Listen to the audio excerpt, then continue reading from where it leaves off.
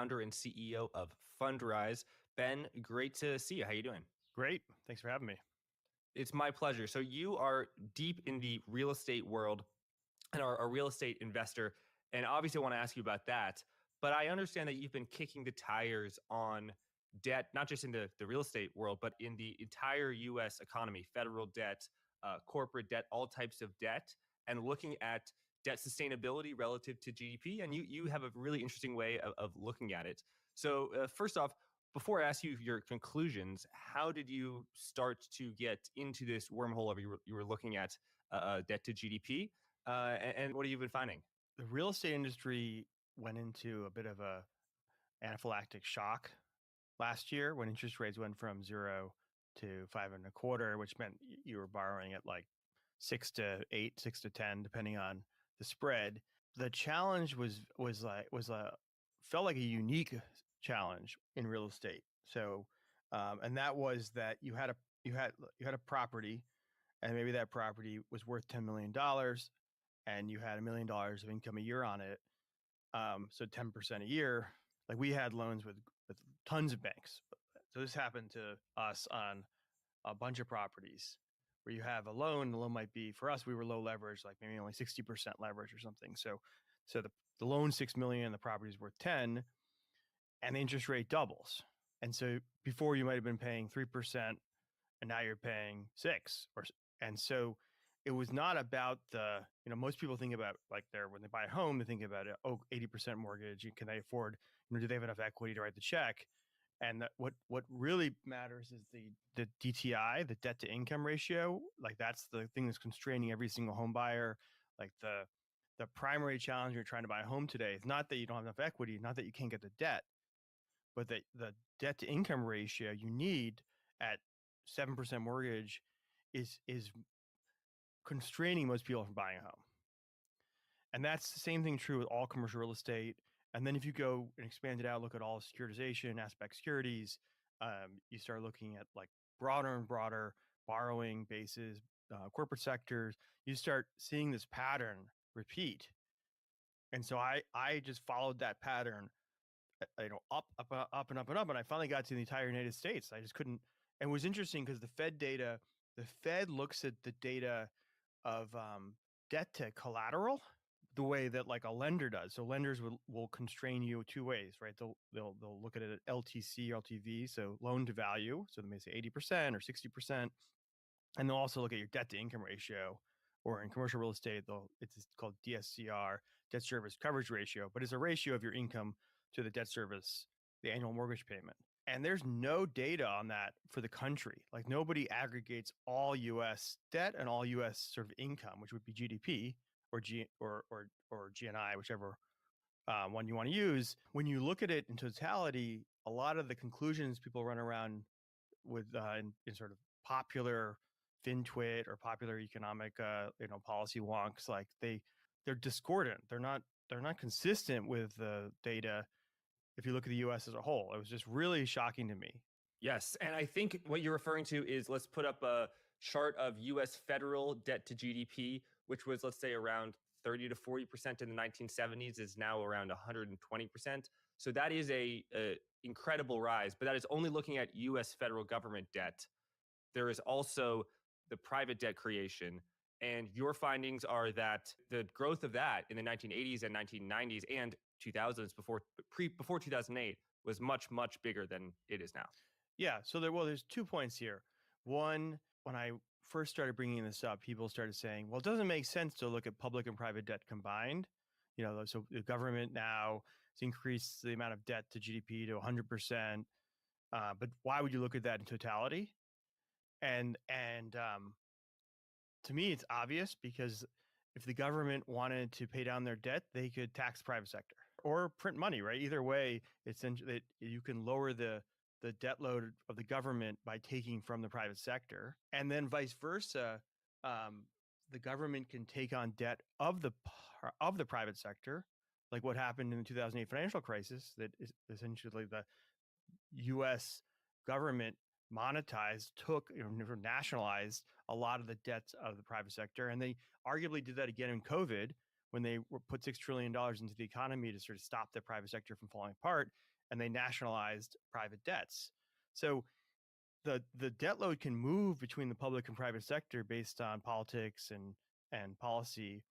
And so you have to look at it in totality. You can't just look at U.S. If U.S. just as an example, if U.S. government debt was 100% of GDP and the private sector had zero debt, right? There was no debt in the rest of the economy. Like, it wouldn't matter. It wouldn't matter. And so that's like the main insight. And then once you go look at it in totality, rather than looking at government versus just, oh my gosh, government debts are spiraled in the last 15 years, my takeaways were totally different. And they defy the popular narrative. So this is like all the debt in the US. It's a little bit out of date. It's now about 99 trillion. So this is everything: businesses, households, banks, and then government. And so, like, the question I asked, if you go to the next slide, the question I asked was, was there faster debt growth in the 90s or in 2008, 2023? I think the popular narrative is that recently there was huge debt growth because the government grew its debt so much. Actually, total debt growth has been slowing in the US, consistently slowing since the 80s. And that is shocking. Like, it's just the opposite of everybody believes. Everybody believes that there's debt growth there's a debt spiral. And instead, debt growth has actually been at historic lows across all of the United States. And this is all debt, as you said. And so going back to this chart, bank debt, it's 21 trillion in bank debt you have there. I think the amount of bank deposits in the country are 17 trillion. So, but again, everything that we call bank debt is literally money, bank deposits. Of course, that's a liability for banks, an asset for you and me, but it is literally what we call money. So there's this concept of like debt is money, right? Right. Credit is credit and capital. They're synonymous in the way that capital markets work. Yes. So I think when people say that there is a debt bubble, what they may be saying is that the amount of credit growth and money growth, because credit and money are very similar, in some cases literally the same thing, as we just said, that has been outpacing the growth of the economy. So money and credit is growing faster than the economy. But that's actually not true. So this is the debt to GDP ratio. So in 1980, there was, like, let's say, half as much debt as GDP, 0.6. And then by 1990, there was twice as much debt, 2.2 times as much debt as GDP. It rose all the way to 2008. So by 2008, there was 3.6 times more debt than GDP. But since 2008, it's been flat. It's gone down a little bit, but more or less flat. So actually, GDP has been growing as fast as debts. Since 2008, yes. Since 2008. For all debt. So there was a huge debt boom from the 80s until 2008 on pretty much all sectors. Since then, debt to GDP for all debt, as you say, good point, has been flat. However, federal debt to GDP has still exploded. So there actually has been much more moderate growth in private sector debt, so corporate bonds, mortgages, and the like. And the U.S. household sector is like less levered now than it was in 2000. Yeah. So like a lot of this analysis are like fractals. So we're talking about the biggest fractal, which is the U.S. And you can then go down into each sector. So previously I did like commercial property fractaling up to like all business debt, fractaling up to the U.S. But if so like the strains that we're talking about could happen in a sector. Like in 2008, the sector that couldn't afford its debt to income ratio was the banking sector, right? And then that cascaded to the household sector. Or one sector can break and because of these ratios. And so inside that, though, actually the only sector that really constrained debt growth was households. From 2008 to 2023, household debt growth was like a couple percent, was negligible, and businesses, banks, and governments were growing their debt by sort of normal high rates, which historically is about 8% a year. So it was only households that were constrained, responsible, or however you want to describe it, And that's why households are so healthy today. Mm-hmm. And also, I think that's also maybe potentially why households are feeling under strain, because they couldn't borrow as much. And so as a result, like the individual took the pain over the last decade and a half, and businesses and banks and the government really didn't. You said the word responsible, and I think that it definitely is possible that the growth in the federal debt now is irresponsible. But there also is a chance, like during the Great Depression, it was irresponsible that there was negative credit creation. You know, it's a balance, and it's also possible for there not to be too much. Although I'd say it's kind of a hard argument to say that on the federal government side, there's not enough debt. It's either the right amount or too much or way too much. But maybe it's not enough. I don't know. Well, I'm not. I mean, I guess I'm not taking a view of whether it's right or wrong. It's just that the question is what we can afford. The analysis is, okay, if you have 350% debt to GDP, right, which is 3.5 times the amount of GDP to debt, if the interest rates double, can the U.S. afford to carry that? So, Ben, I want to say a really important thing, that it's so the main metric, that, of course, is a debt to GDP, but that is a metric of comparing debt, which is a amount of money, to a GDP, which is a flow of money. It's not like we have to pay 3 times as much in debt every year as our economy is. You know, it is very normal for that for a flow to be much smaller than a stock, and an appropriate way would be to look at the debt income service ratio. So how much is the U.S. government paying on its federal debt? Corporates, how much are people paying on their debt every year?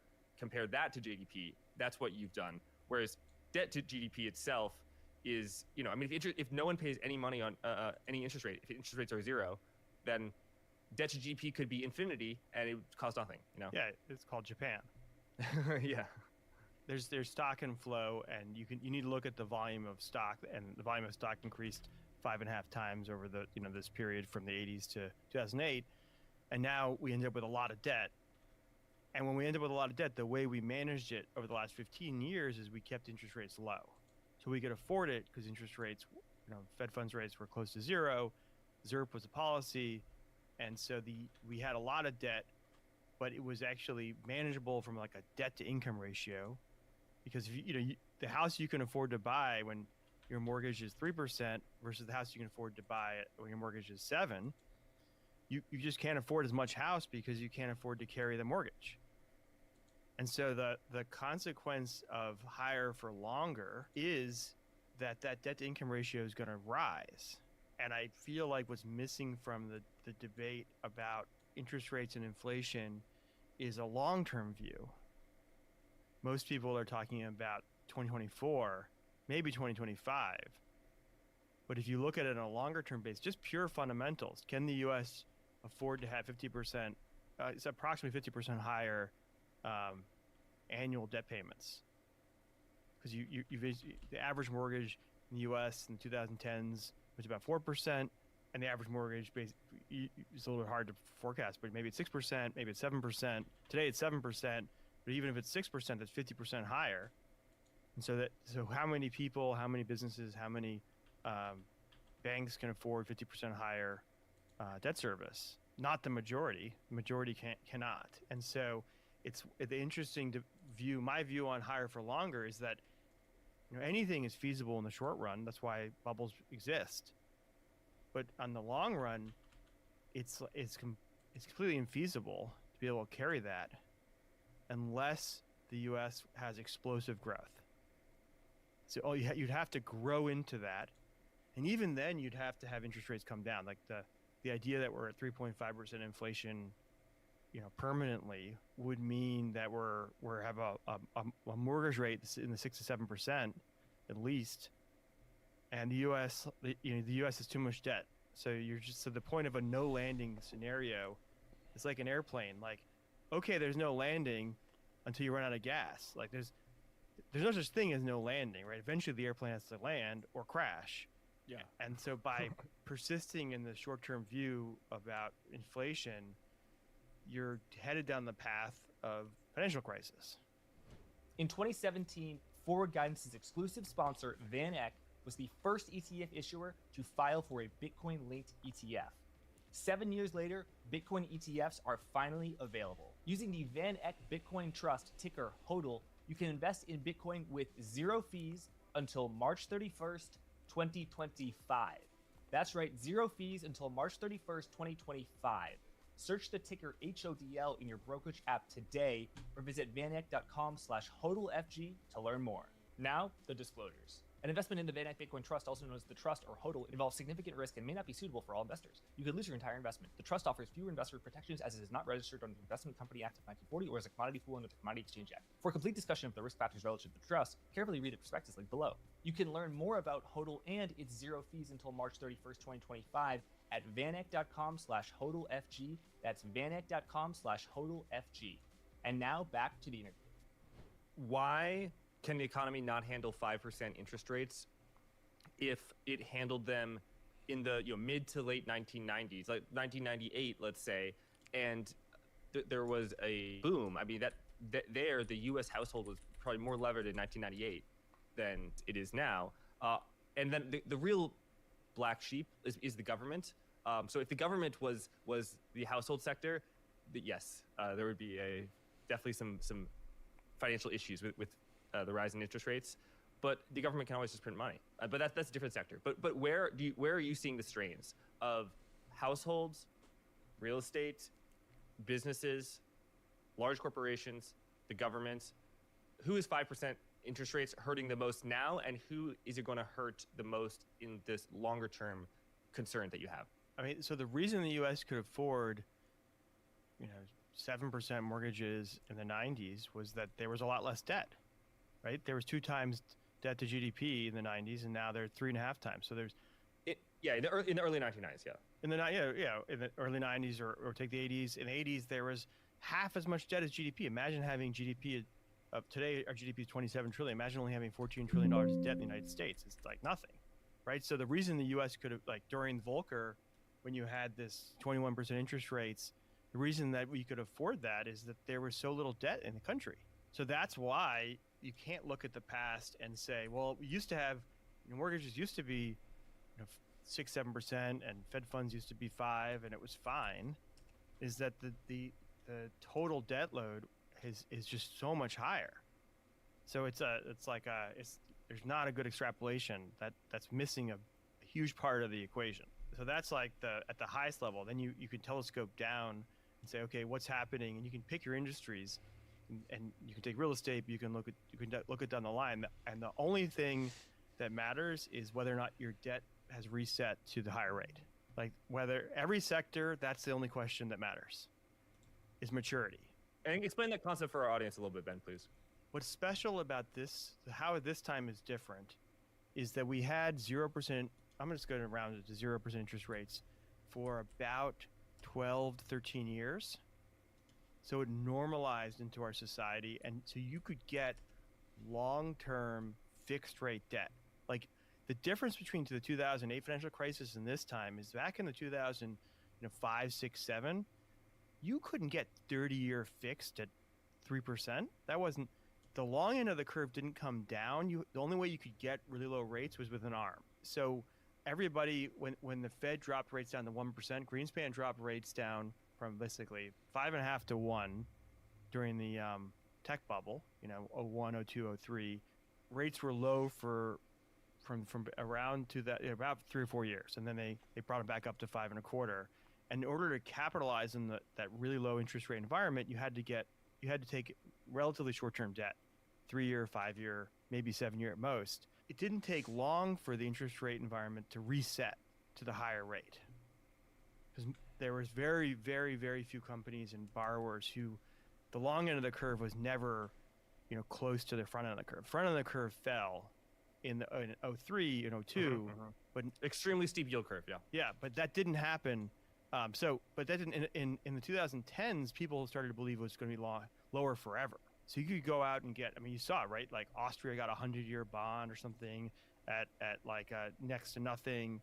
So there were negative interest rates, trillions, tens of trillions of negative interest rates. So the world had fixed a lot of debts long term at super low rates. So as a consequence, that's like that's the biggest asset. And as that debt like matures or rolls over, that's the biggest trigger to financial distress or economic slowdown. And so if you go to look at any sector, you could look at real estate, commercial real estate, home mortgages, small business, consumer borrowing. If you look at any one of those sectors, the only question you have to ask is about the duration of their debts. I'm looking at the household debt, and that is 73% debt as a percentage of GDP, which is down from the peak of 100% in 2008, and it's a little bit above the mid 60s average of the 1990s. It's not super high. It's lower than it's been than any time in the past 15 years. Right. That's exactly what everybody talks about. Debt to income as a ratio rather than they look at the stock. That's a stock analysis. Yes. How much debt, how much collateral.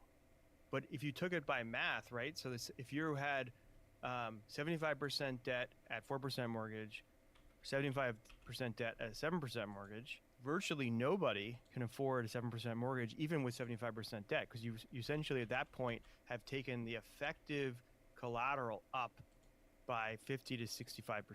Okay, I'm looking at a chart from Fred that says household debt services as a percentage of disposable personal income, and it is lower now than any time Mr. Nolly in the 1980s what up, buddy? and 90s. Right, exactly, because the whole world fixed to the low interest rate environment.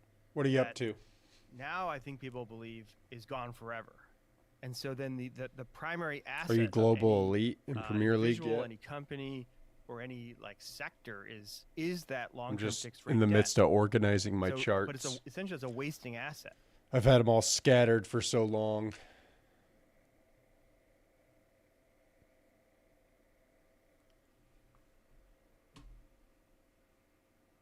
I'm trying to put kind of a rhyme and a reason to where I can look for what info. I want all the semiconductors on one screen, FANG stocks on one screen, and then I have like the sector ETFs on one, the country ETFs on another, macro indicators on one. Right? It's not like you own NVIDIA that's like a growing asset. I mean, like everybody who has these debts, slowly but surely they expire, they mature, and as they do, right, that's what slows the economy down, and that's the sort of like the axe will fall. And the only chance is like if you take a company, right, because these are fractals, you can go up and down in terms of telescoping. Company says, okay, well, if we grow enough, we can afford it when it comes due, right? If we can just grow, like if you're a highly indebted business, but you can double your top line and your bottom line, then you'll be fine. So growth is the only solution, but it's these growth rates are challenging. I mean, it's a race. That's why I call it a race between growth and debts, because the debts don't come down. Debt interest rates don't come down, then their only hope for the country is high growth, and the higher the rates like normalize to, the more growth we need. We need a lot of if rates normalized where they are today, which is 3.5% inflation, which should probably be at about 4.5 Fed funds rate, right? About 1% of real interest rate, and then the long end of the curve. What's a 200 5, bit? 6. Yeah, like not 50 bips wide, right? Probably 5.5 to 6, and then you're borrowing at a 200 spread over that. So you're talking about borrowing at 7 to 8%. Like there's no way anybody who's listening to this podcast, if their mortgage reset to 8%, that they could afford their house. Yes, but that is why the prepayment rate on mortgages has collapsed from, I think it peaked at like 40 or 50% in the boom days of 2020, and now it's like 4%. So 4% of people, that means 96% of people who have a mortgage stay in it every year. I think that's how you interpret the statistic. And that's because, they their mortgage is I don't know exactly what it is, but let's say on average 4%, 5%. 4%, let's say. And the spot mortgage rate is, I mean, you know it to the basis point, but like way, way higher than that. So the only reason you would do that is if you have to move out, there's a divorce, you have to move for a job, something like that. Like real stuff comes in the way. But yeah, it's pretty good. I mean, 30 years is a pretty long time. Well, yeah. So I have like two counterpoints to that. So first is you're extrapolating a small part of the market. Very little of the market is 30-year fixed. Of the $100 trillion in debt, you're talking about a really small part of all debt. I mean, but a large part of the household debt. Yeah. So I had this in there. I can't remember off the top of my head. I think it was like 13 trillion. Was it? I can't remember. It's in my deck if you have the slide. But so we also buy asset-backed securities, and we're on the securitization side. We buy kind of all sides of the market. And if you go buy a mortgage today, let's say you said, new issuance are 7% mortgages. Like I like that mortgage. Or I say, oh no, I like this mortgage that's like, there's a 4% mortgage out there, right? And it's underwater, so reset to higher rates. The bond market assumes that a 4% mortgage will have an 8.5-year duration. Mm-hmm. So 8.5 years is like, that's not 30 years. Right. So which is in my analysis. I have a page that looks at like, what do we think the average duration of all U.S. debt is? And I even expanded. I said, okay, if 8.5 years, maybe it's even wider because it's assuming a falling forward curve. So maybe it's 10 years. But that's only a percentage. How many people own houses? How many people don't own houses? The consequences to U.S. dynamism, if essentially your main asset is a long-term fixed rate debt, is like kind of like the Great Stagnation, where you can't move, nobody can buy a new house, like there's like huge negative consequences. And again, of the $100 trillion in debt, you're maybe talking about 6-7% of it that's really long-term 30-year fixed rate debt. So it's not the households are the part of the economy I think is like most resilient, sort of the best positioned. Yeah, we got 13 trillion in home mortgages. A large percent of that is fixed date. Yeah, compared to the 100 trillion in overall debt, it's not. But again, we agree that the household debt is what households and businesses is what matters. I mean, some people disagree, but the government, the demand for U.S. Treasuries is quite high for U.S. debt.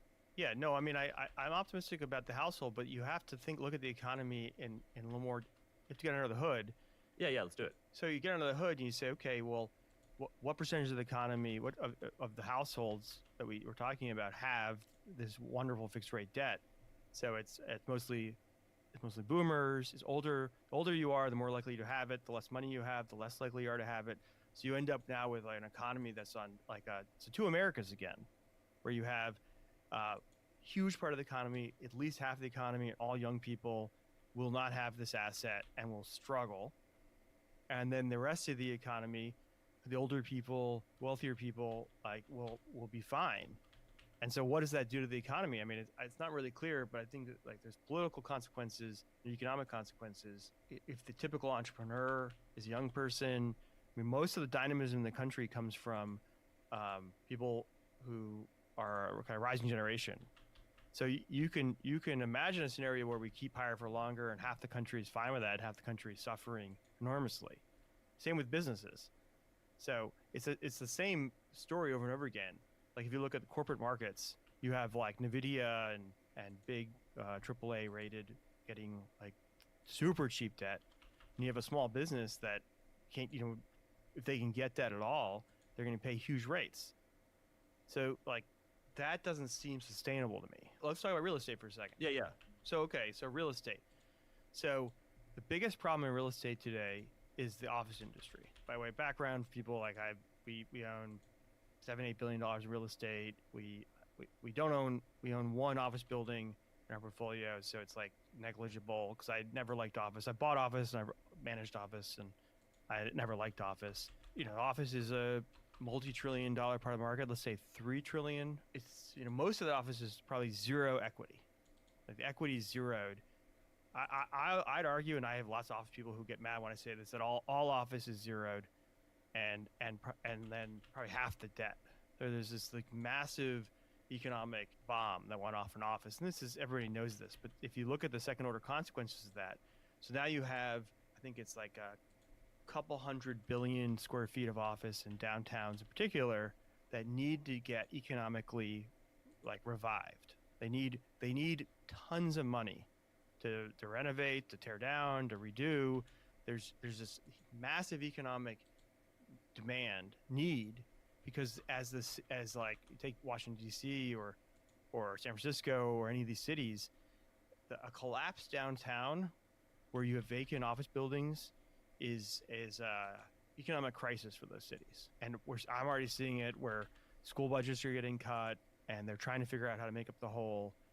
And if interest rates stay high for longer, it's going to be really difficult to afford any of the economic revitalization you need for those cities. So you're talking about long-term decay to downtowns, which is like a second order consequence of higher for longer. If you get into the math, which I could get into, you could see why that's true, but you couldn't afford to take a massive office building and redo the whole thing with equity financing. Like that's and today debt costs as much as equity. So that's why office buildings are trading at such low prices.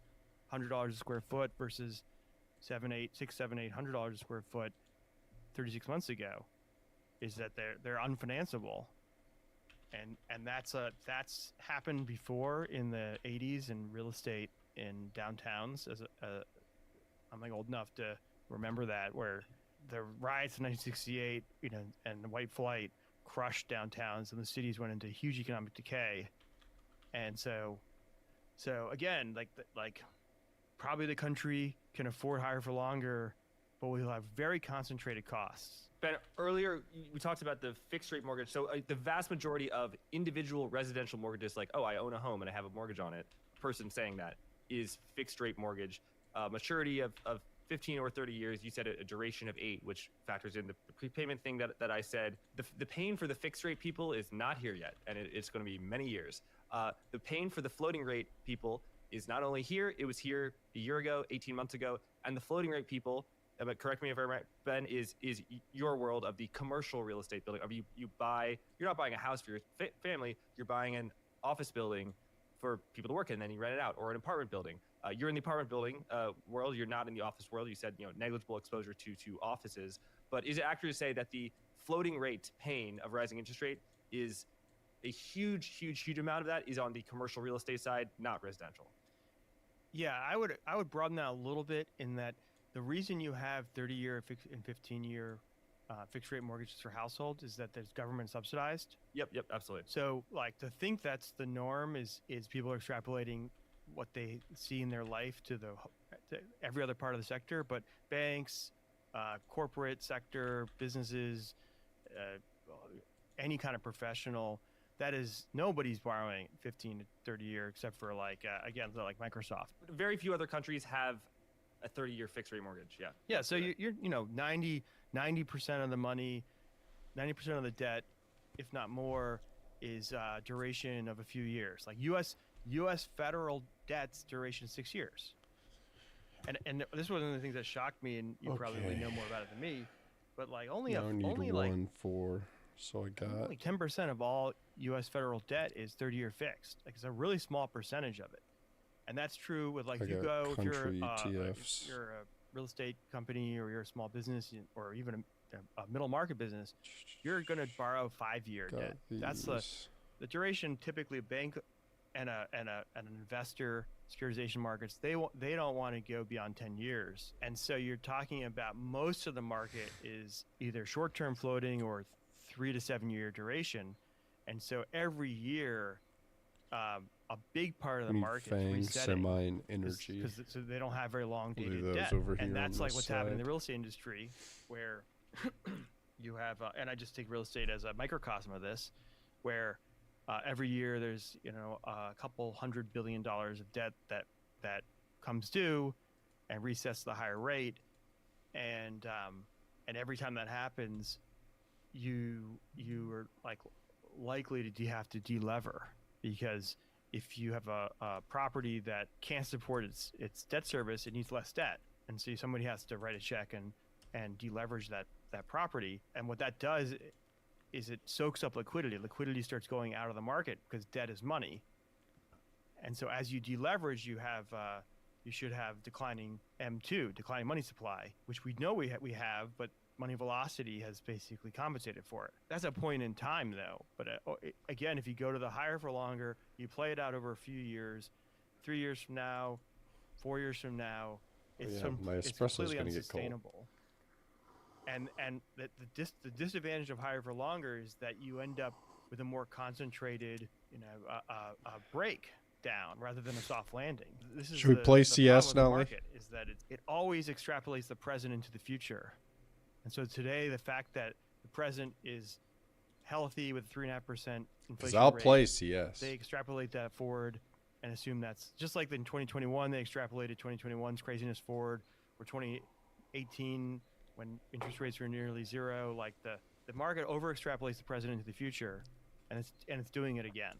So we know commercial real estate is the locus of the pain of higher interest rates. How bad is it now? Because 18 months ago, there were a lot of commercial real estate developers, very large developers who would go on TV and say this is going to cause an apocalypse in the commercial real estate world. And I'm sure the past 18 months hasn't been great, but I mean the unemployment rate remains below 4%. It has not had a broad impact at all. Like has it gotten steadily worse? Just as the interest rate shock of the overnight rate, by the beginning of 2023, most of the hikes were already there. It's just that the cutting that was priced into the forward market has just been moved up. So the 1 year, the 2 year, the 3 year, 4 year, 5 year has been moved up as well. And that's where a lot of the activity is, as borrowing activity is as well. So how would you say it is there? Has that impacted the space? The market is reflexive, and the expectation of the market was that rates were going to be high in the short term and come down in the medium to long term, and the forward curve or the Fed funds dot map showed it at 5.25, but getting down to 2.5 or into the twos by 2028, and it was a steady decline. And so what you could do as a borrower, you could create synthetic ways to bridge that gap, with derivatives. But everybody at the table, all the banks, all the borrowers, the regulators, the FDIC regulators, all look at that and say, well, clearly the answer is to just get to the other side of this bump, get to the other side of the slope, so that because this thing can clearly pencil at a 2.5% Fed funds rate or 3.5, whatever you say, and the forward curve and the long-term interest rates of at various points last year, long-term 10-year mortgages were in the threes, 3.8, 3.9. And so as long as the long-term interest rate was way inside the short-term, everybody was complicit in delaying, because that's what the forward curve tells you. It tells you basically if you just wait a year or two, this problem goes away. The moment that's not true, there's a crisis. Well, it's not true now. I mean, we got a one cut priced in, but I guess you got the reprieve. Interest rates are about as restrictive as they were in late October. The Federal Reserve pivoted in its narrative, no pivot in rates, but it pivoted in its narrative in November. Then 6 cuts were priced for this year at around the beginning of 2024. Now it's then 5, then 4. Now it's less than 3, which the Fed has it's less. The market is now pricing in fewer cuts than the Federal Reserve indicated on its dot plot. And I mean, now it's maybe even less than 1. Less than 2 by the end of the year. Again, you're talking about really short term. Yeah. But most you're talking 5 year. I'm talking within the 1 year. Yeah. Yeah. Just we'll split the difference and say 2 to 3. Let's say 3. And so most banks and the regulators, the FDIC regulators, are explicit in like letting the banks extend and pretend, blend and pretend. That's like a part of the policy. So everybody at the table. If you're a business, if you're a bank, if you're a debt fund, HOTS. if you're a real estate, I haven't played HOTS in ages. Company, I'd reckon I could maybe get some HOTS looking in. at it and saying, okay, well, if we just wait a year, okay, we waited a year. If we wait another year, I was in the midst of organizing the charts, like the market's so I can fighting ponder them more swiftly. Because without that kind of pain, but I wouldn't be opposed to some HOTS. It's hard to have the rate environment come back down. So the rate environment can't come down until that pain is taken, because everybody sees that forward benefit of waiting.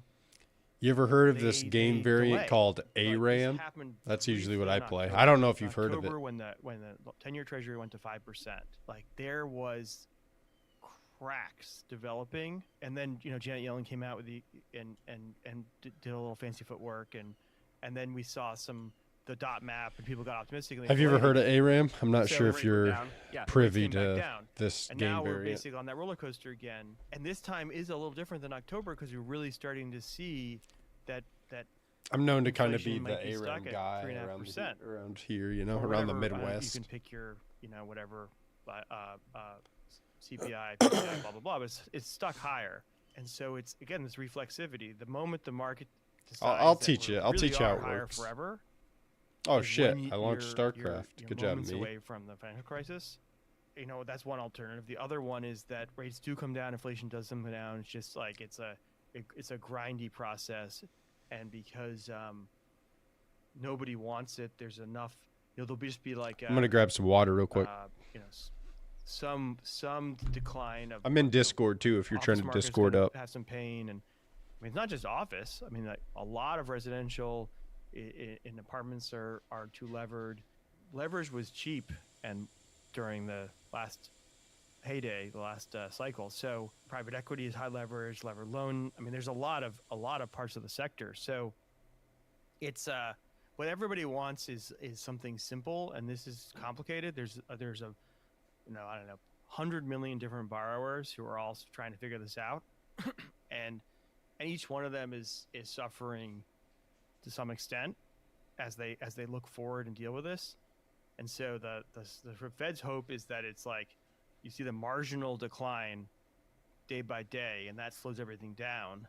And that, it's like we're living. You look back at the Fed data, and you always see the Fed talks like a trader but acts like an accountant, right? So we're living why the Fed always ends up doing what it always has done, which is that by the time it does anything, it's too late. And you're seeing why they don't have a choice. They can't get ahead of it. Like if they got ahead of it, they would have stopped a crisis that no one believes is going to happen. Higher for longer interest rates are unequivocally bad for the commercial real estate industry, because nearly all of the commercial real estate industry is levered. So interest expenses are higher. It ruins the profitability of a lot of deals. In some cases, makes them non-economic, so that the value of the earnings every year, net operating income, is in some cases less than the debt costs. You said in October cracks were beginning to form.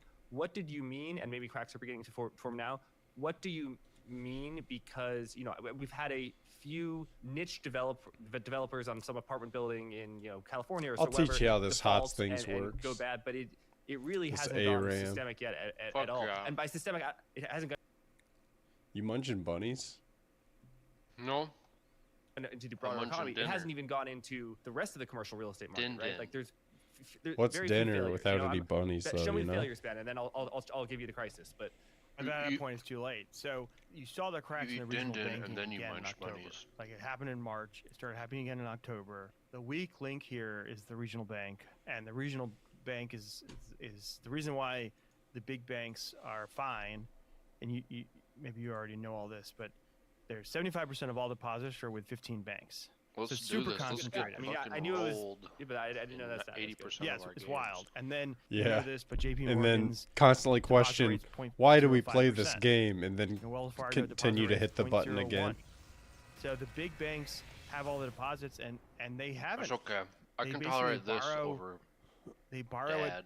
at 0 and lend at 6, Yeah. 7%, 8%. That's too So hard. It's I wish it was just a little faster. Like the interaction speed is just too slow for me to want to play. Like a swing of a sword I shouldn't be able to actively count out how long it takes, You're like, well, that was 17 seconds. I took 6 steps back before the skeleton swung at me. I haven't played in years as Uther Good. He's pretty lit. I mean, it depends. It depends how lit you are on him, though. You know, like if you're good, he's good. But if you ain't any good, then he ain't any good. Prepare for combat. Love of Hope. Laws of Hope, it's called. Love of Hope. Oh. I'm just gonna go W build. Did you have a nice holiday weekend? 10 No, seconds. not really. I'm being honest. You didn't get into the holiday spirit? 4, I 3, did, but 2, 1. Let the battle begin. my grandma died recently, so Rip, Gam Gam Goof. Mom's side, dad's side. my dad's side. We just had services this weekend. So that was pretty awesome, you know? As fun as that can be.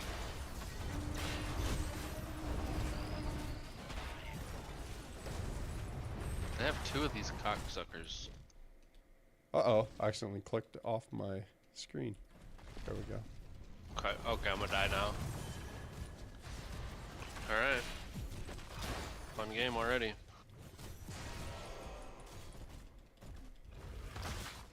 Give me them globes. Hemoglobin.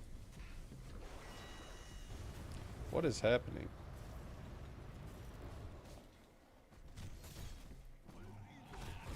Oh, I can't like mouse towards the top of the screen. Otherwise it scrolls off the game. Oh, do you need lock to border or whatever it Yeah, is? I think so. Let me find that for you real quick. I can find that for you. It's gonna be gameplay. Nope. Oh, I don't know. I give up. Can't find it. Is it graphics? Mouse Might be graphics.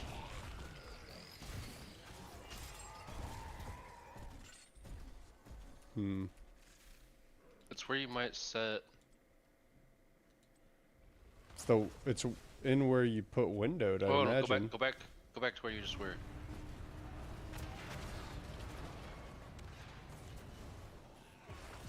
I don't know where it's at. It's gotta be in there. Windowed full screen. There's a lock cursor to. I think it's in there somewhere. Cursor. Yeah, I don't know. You're close. You're close. That's all I can tell you. That's what she said.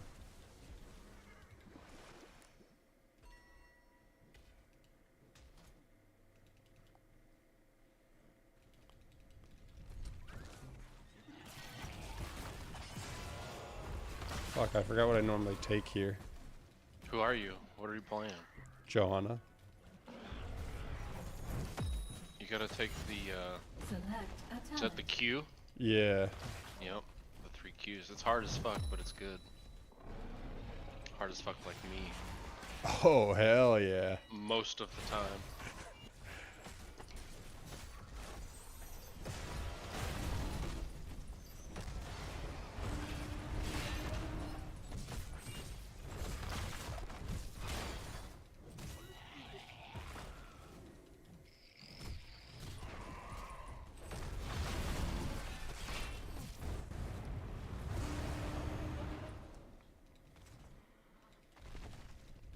Why are we down here? Fucking off. What's going on down here? I'm leaving. I'm not hanging out in that hallway. Especially when they have 2 of those dragon dicks that can control an area like that really well. Yeah. Like they put down their little pool, breathe flames, do the stun, all in like a tight area. They know they're gonna get you. Right in the hallway that we're all hanging out in. Select a I talent. don't think Uther knows how to play Uther.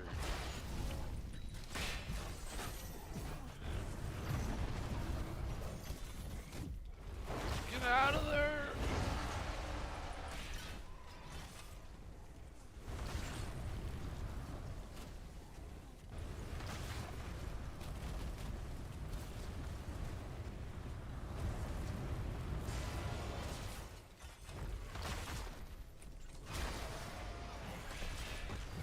get that guy, can we? What the fuck is this dude doing back here? Just fucking off on a globe? What the fuck? It's weird. Like sometimes my upward screen scroll works and sometimes it doesn't.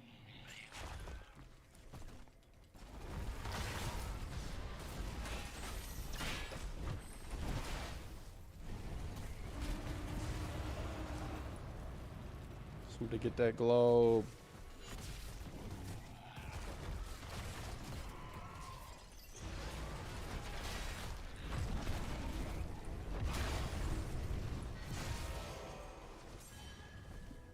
There. Just kind of like we don't even have a healer, you know?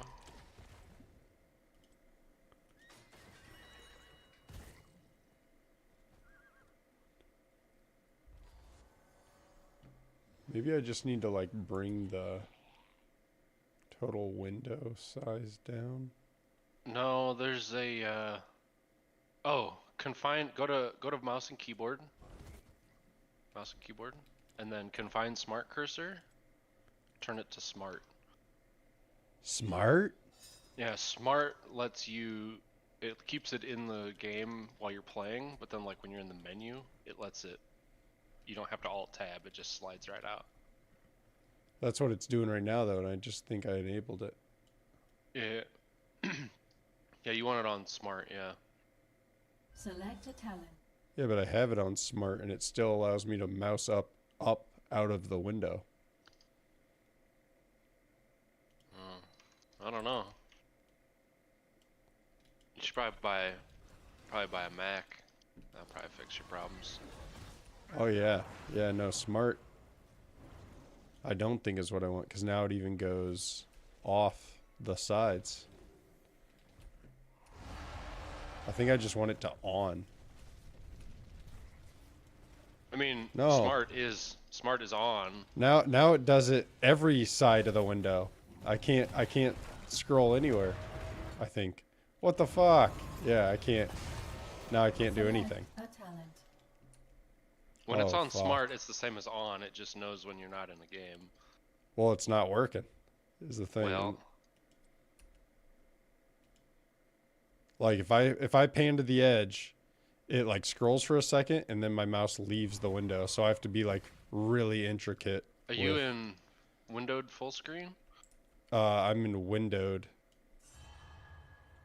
You're not playing windowed full screen though? No, because then it'll actually go the whole width of the screen, and I don't want it to be the whole width of the screen. The game, you mean? Yeah. Be that? Oh. Yeah. I want it to be 2560 by 1440 instead of 3440 by 1440.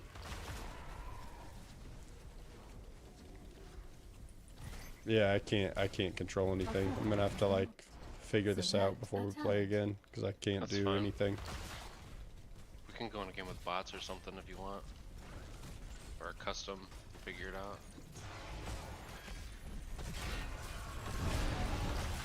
Vital signs negative. Double kill. Select a I don't know what's going on. There's so much chaos on the screen.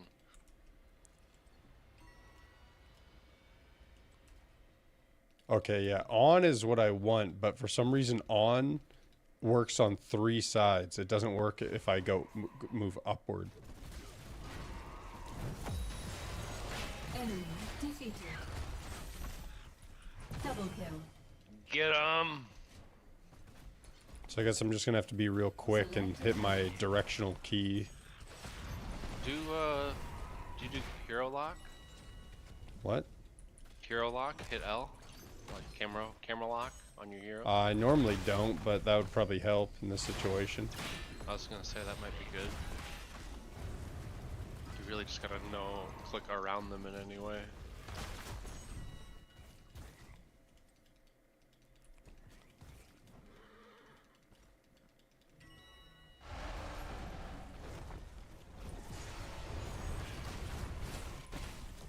Ether, why are you one in the front?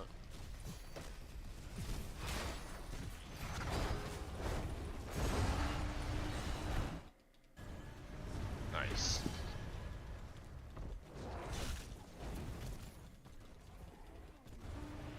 Miss me, miss me. Now you gotta fist me. Wait, what?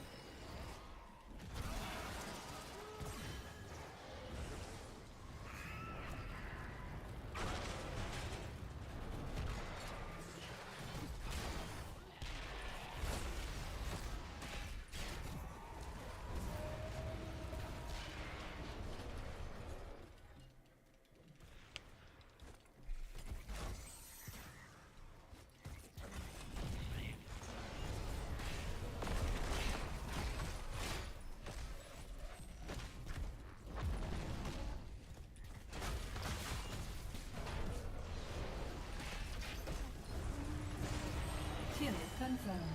Select a talent.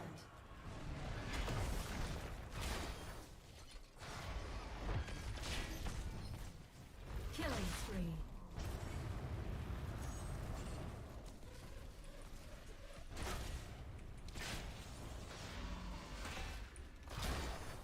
No! Oh, I barely lived there.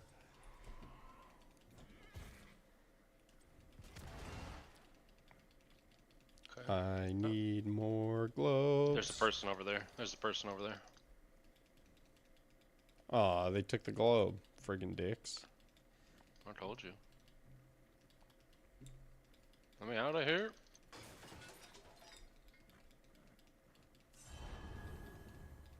I'm big dead. No, I'm not.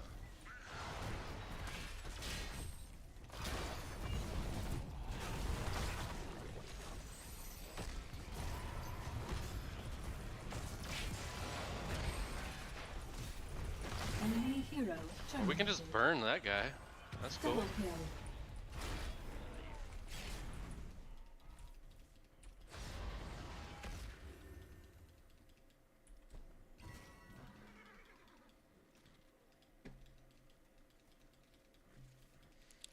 Give me all the globes. Forgot one of the benefits of playing this game is I don't need to hear, so I can actually play music. Yeah. That is actually a solid benefit.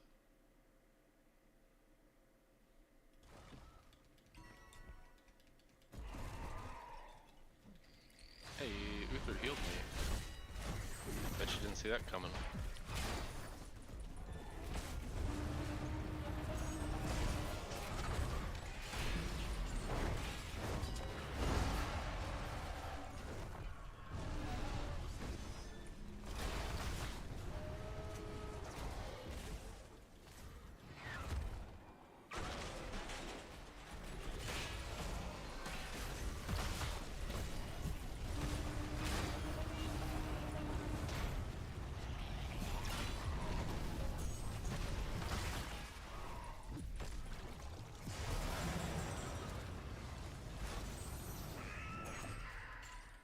Heal me, Uther.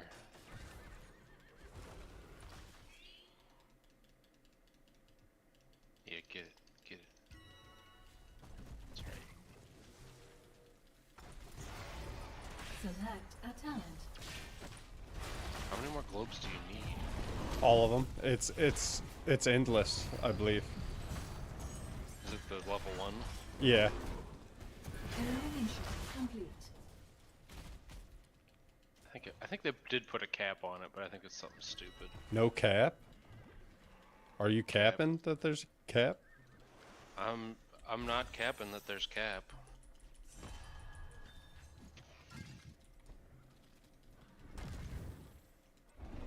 Things you don't know about me.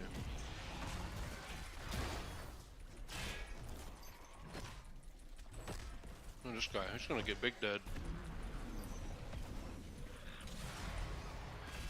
Yeah, get him. Defeated. Nice. Should we do this? Let's do this.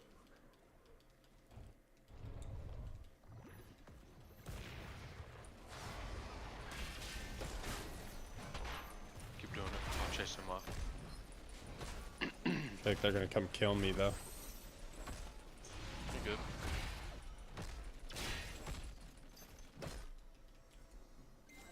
Now we go. Nice.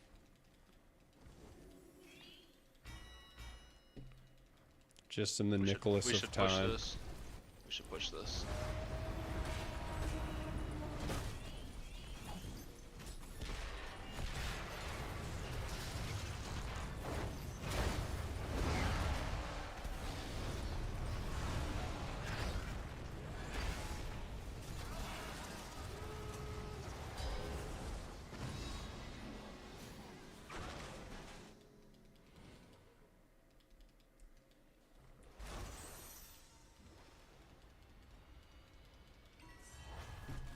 Sorry, I had nothing. I had low health. Everybody ran like a bunch of pussies.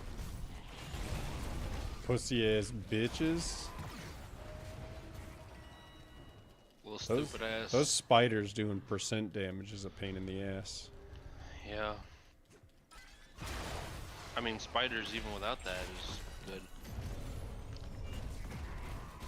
Big if true.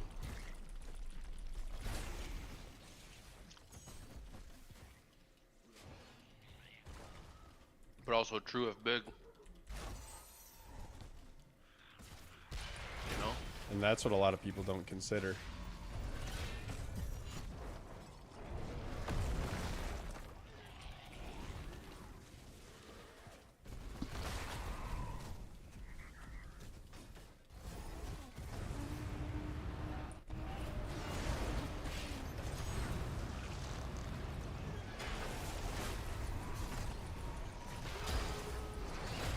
Kill confirmed.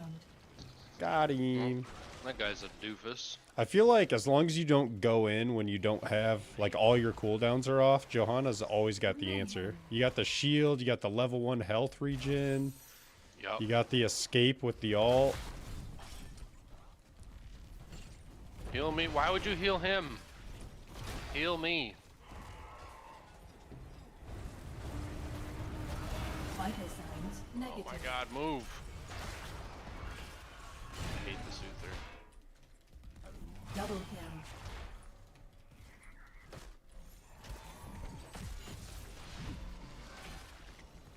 I say that and then I'm about to die. Nope. Ha ha ha. I got the shield if I die, Enemy so hero terminated. even if they get me all the way down, I'll get a shield. Where's our team? What are they doing? They're camping. That's good. Glad we got that camp. Didn't they listen to TI back in the day? Big things stop popping, little things stopping. Don't they know? Like, that's how I live my life. Is by the lyrics of TI. That's pretty baller, dude. You a baller and a shot caller? They were focused on little things when we were focused on popping the big things, you know? You have to go to work tonight? Yeah. Sadly. Been watching Kill Tony a lot lately.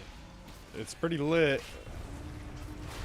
Sometimes it gets kind of boring, but Yeah. other times it gets interesting. Like if Tony is being a little bitch all night, that's Yeah. annoying. He can be kind of cunty at times. Yeah, you can. I think that motherfucker needs some hearing aids too. Pretty sure. He doesn't hear anything that anyone says. Elimination complete. Maha.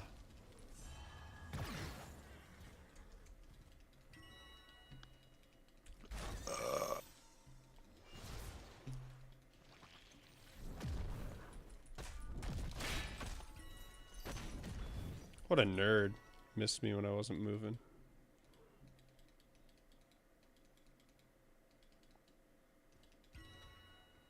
I can't believe that they're not beating us harder than they should be. Right? I spent 5 minutes like trying to figure out how to actually play the video game. Like what your settings were? Yeah. Losers. We should run. We should run. I got escape. Oh no! He thwarted me escape.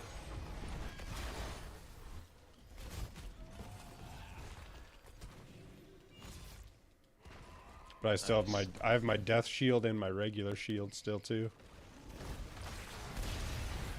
If I could get a heal, that'd be fucking great.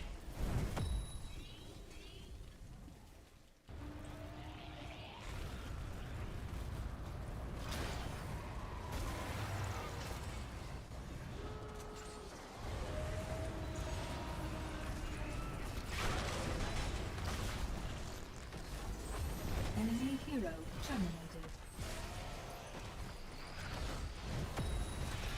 Double kill. No heals for me. Key lost. Triple kill.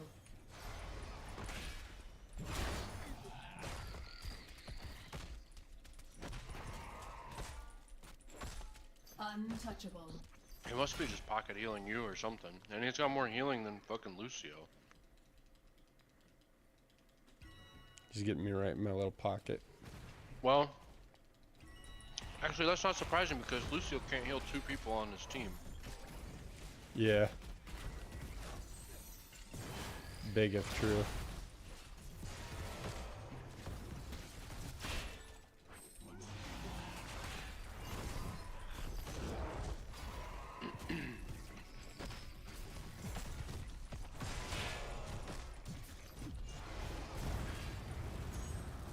Can't get in this, like this fire is just always in my way.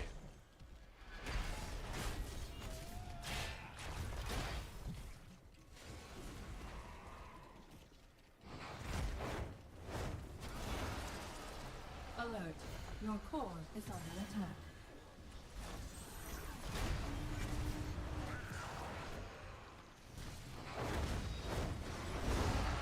Oh my god, this Uther is terrible.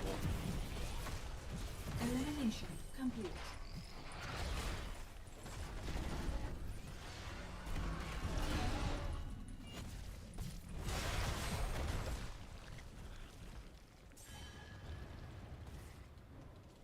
Warning. Core under attack by hostile forces.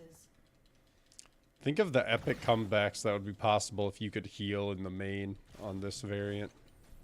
I know, right?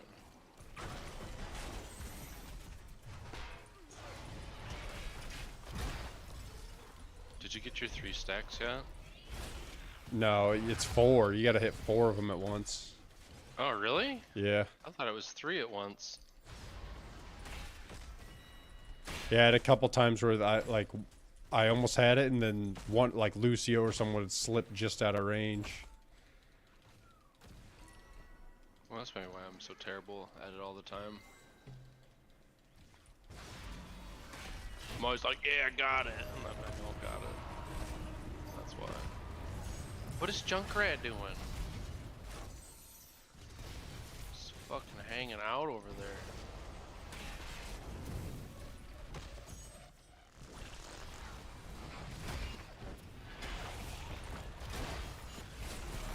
We got nothing. This dude's definitely not gonna heal you.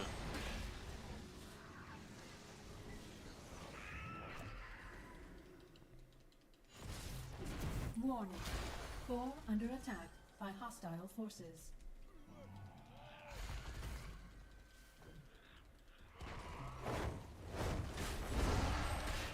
Yo, we got the team of people that they're rocking an extra chromosome, I think. Kill confirmed.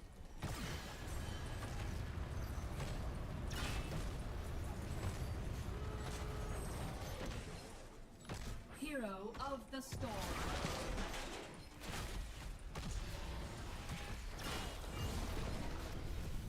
Yes, continue to fight me in the range of the deal.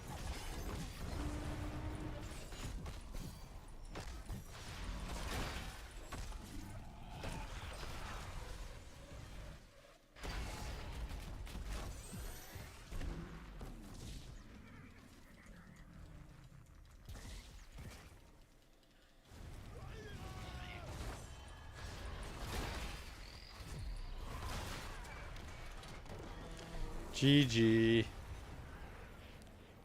Uther and Junkrat with 8 deaths really set us back. Victorious. Yep.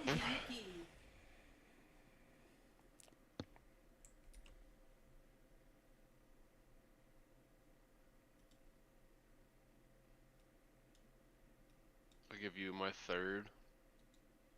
I'm not gonna upvote those other two losers.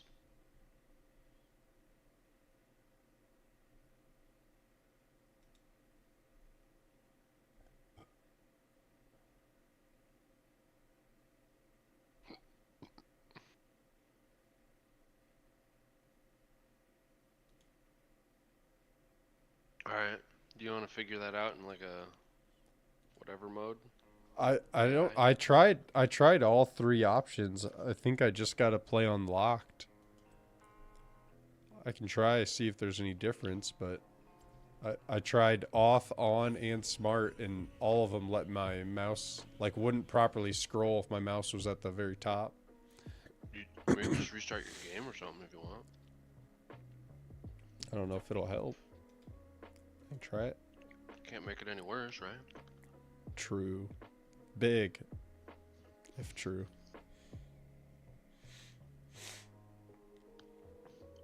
We got Dimp Liquor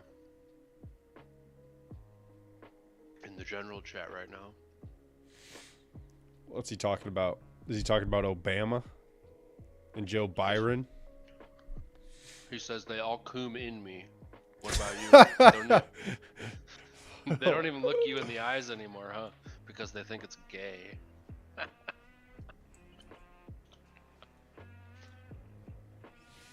General chat is a wild place. Then he says, someone says, joke's on you, my mom slept with every man she sees, so everyone is my daddy. He says, oh baby.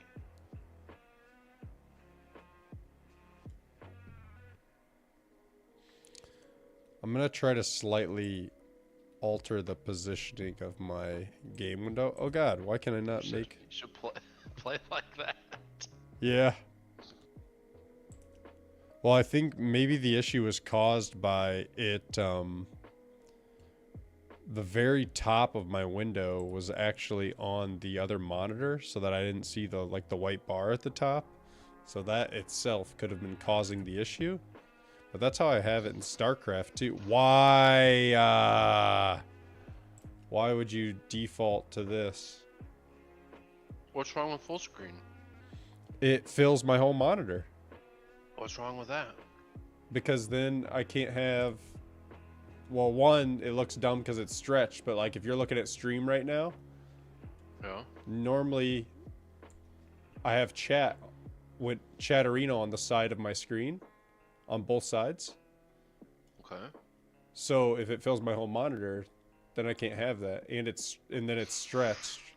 Man, if you only had like an extra monitor, dude, that would probably fix it, right? Yeah, but I want it on my main monitor so I can see it without like turning my head or anything, you know? Oh. That's the whole point.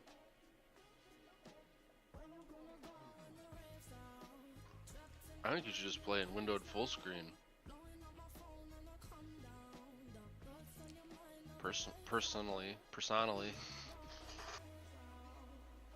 Yeah, but then it'll fill my whole monitor. You have like 12 screens. What's your point?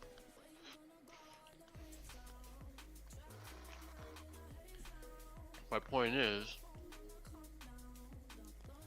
if you don't watch a porno on every screen, Then what's the makes you point of gay. having it?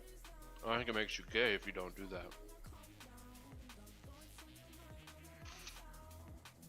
Thoughts? And I think it throws the stream off too because my stream settings are 2560 because most games and most stuff I do is able to be done in that. And if I do full screen and then it's 1340 or 3440 by 1440, then I have to like restart the whole stream and everything because otherwise like the window will have a big bar at the bottom or top or a bar at both sides. I wish it would let me resize this window though. That'd be fucking epic. There we go.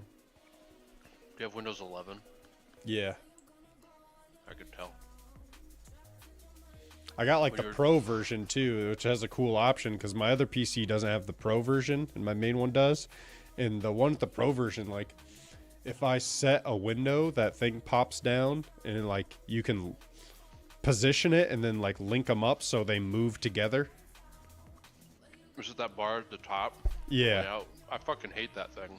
I like it because like on my top monitor and the side monitor, I'll always have like 3 or 4 separate windows. And then if I adjust the size of one, they all adjust together. I don't like it because, like, say you have your monitor not full screened on a screen or any other like window software or something. If you click it and drag it around, like the top bar lets you drag the window.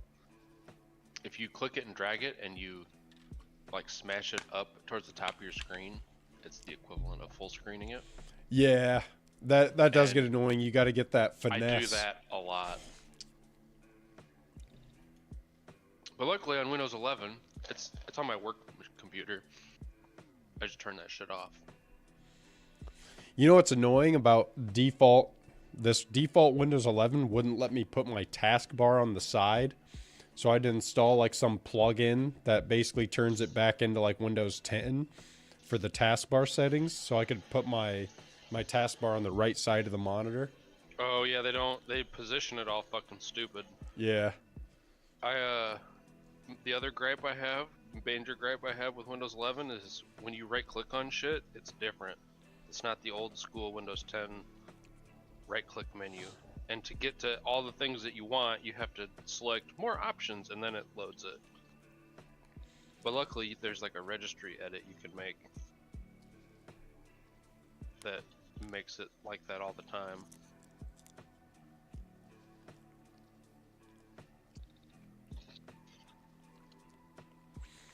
I have a 4K like Elgato capture card that I've had for like probably 2 months now, and I still haven't had the time or desire to actually put it in. Because I was going to stream through 2 PCs. Like, I really don't need to. Fuck it, dude. Try to see if this guy wants to play. Try it. Because my main GPU is a 4080 with a i9. I forgot the numbers to it. I think it's like 14,900 KF or some shit like that. 694269. Oh, hell yeah.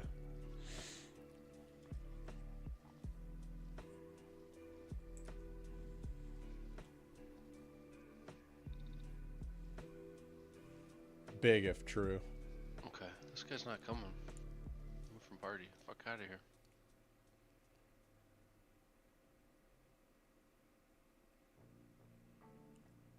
Tonight's guest is Adam Ray, Who?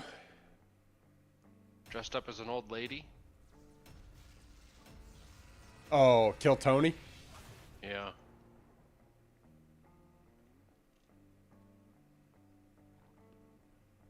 I like, oh, I didn't watch that one. Tucker Carlson. On Rojogan? Is that where it was? Oh yeah. Rojogan. Oh, great. These all fucking suck. I'm gonna be murky. Same. David Tell was pretty good with David Spade. That one was good. Guess I'll be Alarak, even though I don't remember how to play him at all. Don't die. That's how you play him. Listen to some music. Do you have a music bot in here? No, I never replaced it after they like disabled one of the last ones. God damn it.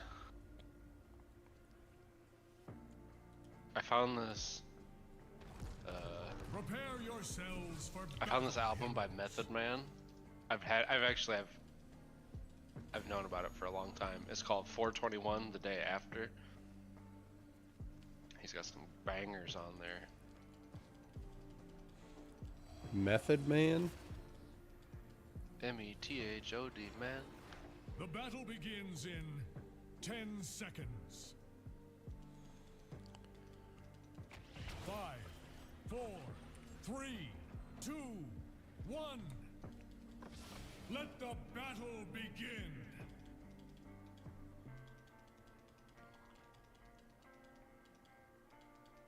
If you're a flamer, tell him that.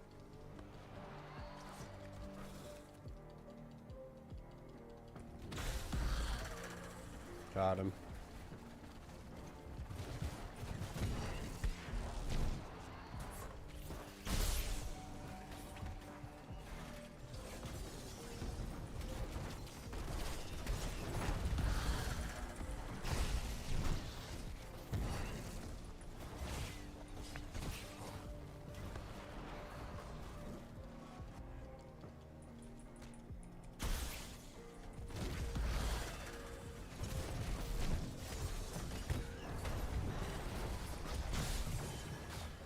How did my fucking W not hit them? That was some bullshit.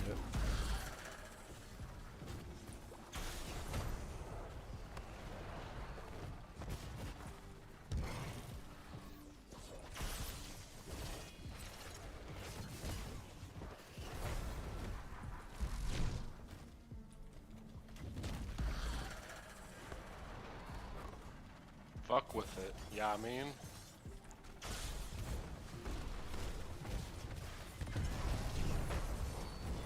Man, you gotta hit him right on the tip of that Q to actually like get it to hit him. You gotta hit him. You can hit him closer and on the edges. No, no, no, no, no. You only hit him with the tip of the D. You know what I'm saying?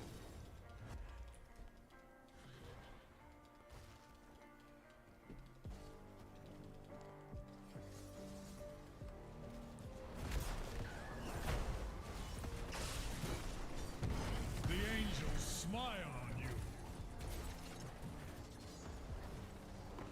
The angels smile on us, Goof.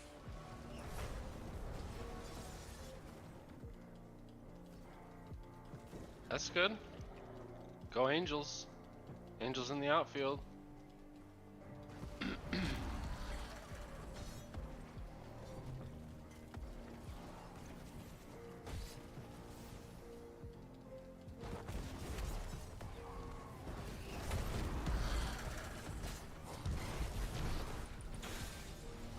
Admirable. Hell yeah.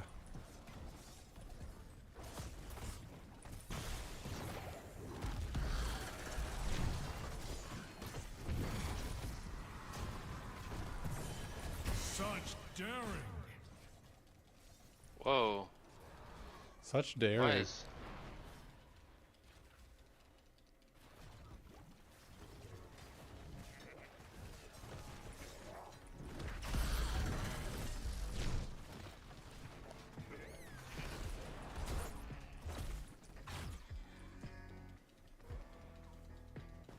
Oh.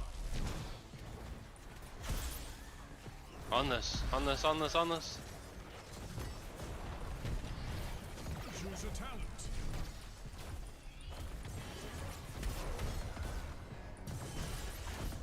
I was on it, but I couldn't hold it.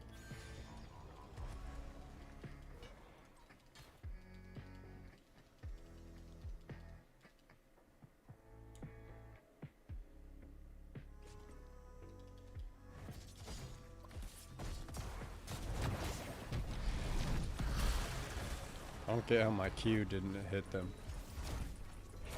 Are you W'ing them closer to you? Yeah, I W'd them into the wall and then Q'd right where like I W'd. And Is it going somehow, off too soon?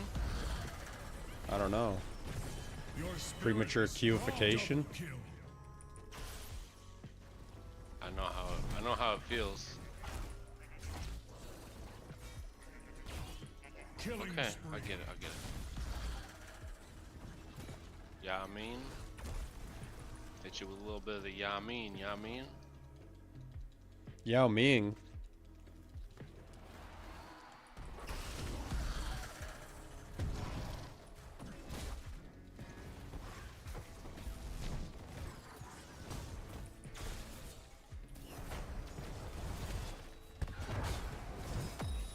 need the tanks to be the tank and not be in the back line.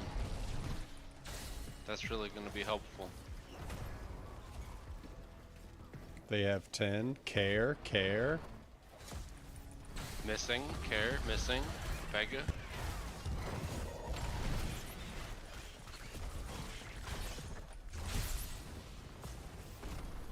Batman went bat mode and avoided my Q. Choose a talent. No. Your killing Come on. is over. Fucking dumb. Enemy slain. Choose a talent.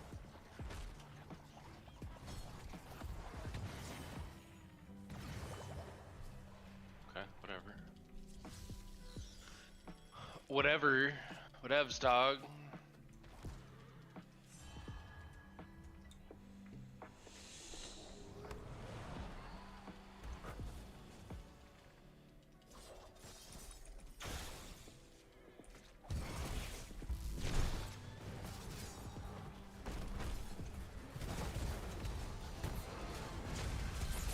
The angels smile on you.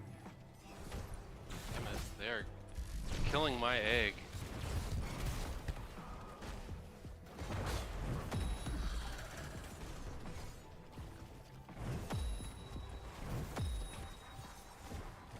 I also keep thinking that you're Diablo.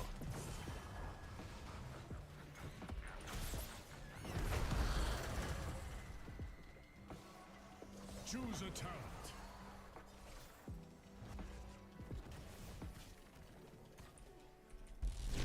I'll put this back here.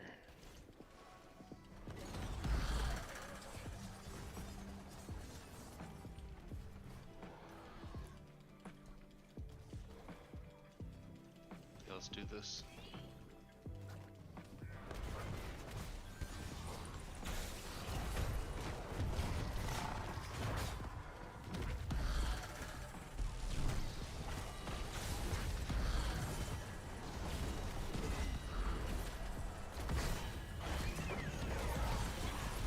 Watch this. Rise stronger Get than Murlocked the fallen on. hero. Oh, We They got didn't- wiped. they didn't get Murlocked on. Not sure if you saw that or not. Alaric sucks. I hate melee heroes in general. Our enemy has destroyed a fort.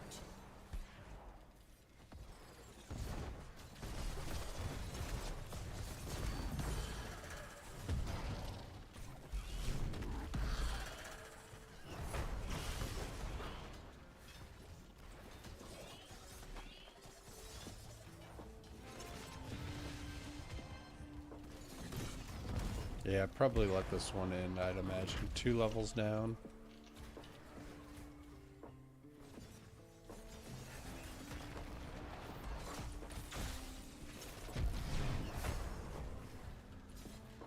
I can't hit a WQ combo to save my life on him.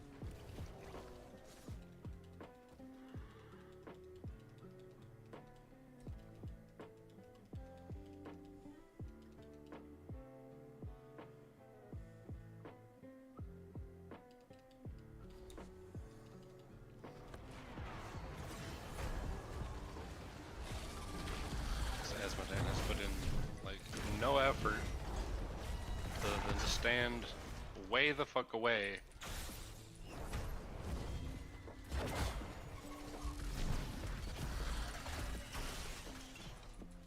Such daring.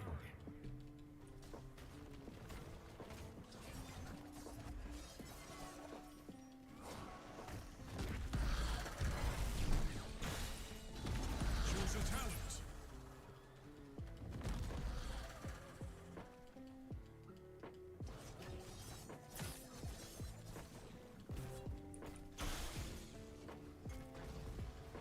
I don't have Asbro.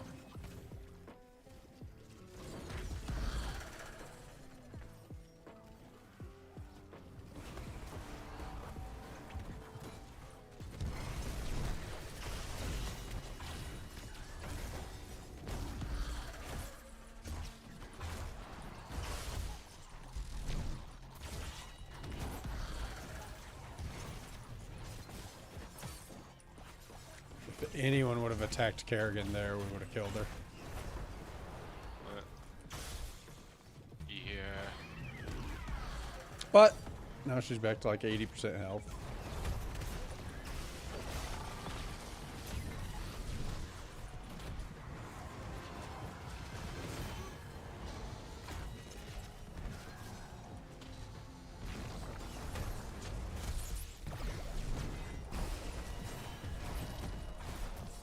Have courage, mortal. All right, time to let her end.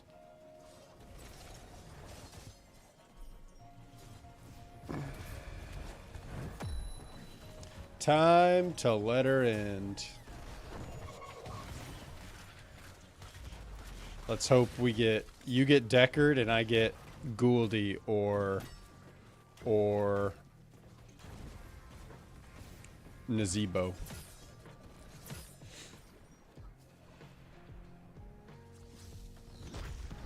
We just play quick match. Lost the key. Make sure we get them. Big if true.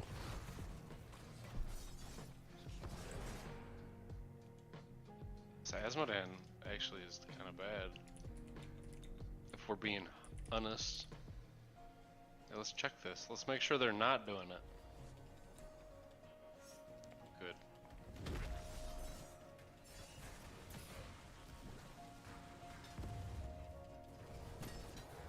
Princess P in there doing work.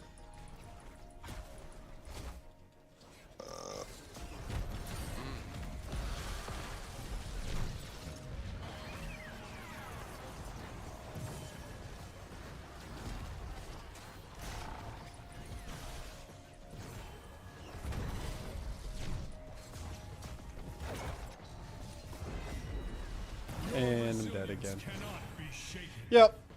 Our core All right. is under attack.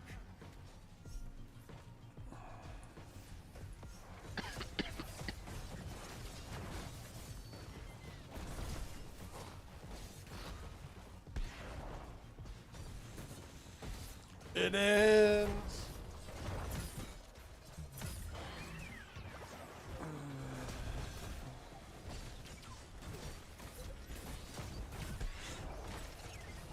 The enemy is attacking our core.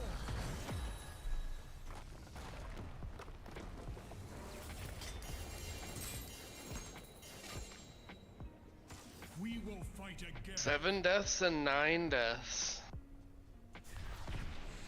Yeah, I feel like every time they were kind of clumped and I really wanted to attack, Diablo was walking backwards like towards us, and I was like, bruh, like fucking stand there for 2 seconds so they can position so I can actually like try to get a decent combo off.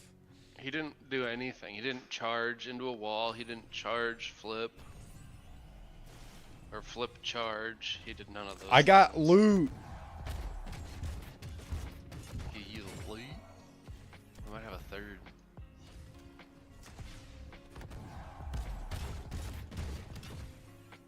One of my friends. You ain't got friends. I got friends. Prove it. I'm trying. Yeah, there he is. Friends. I don't think he'll get in voice though. Is he a Discord guy or I don't think so. I think he probably on some really quick match.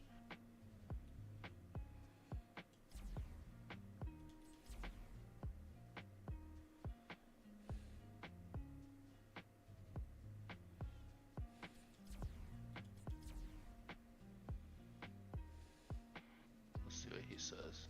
He'd rather play quick match. Okay. Oh hell yeah. It's done.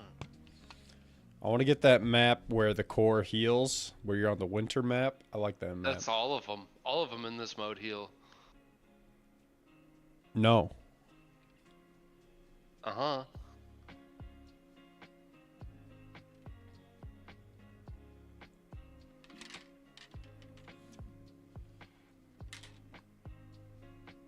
Let me ask you this, Juge. Is there anyone on Kill Tony that you don't think is funny?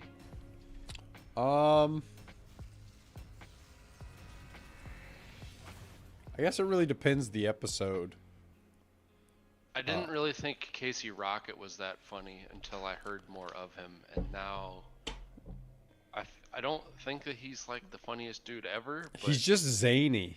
I don't dislike him or find him annoying. Yeah, like like- I did at first. See, mine was almost the opposite. Like the first time I saw him, I was like, this guy is nuts. Like, what is this guy?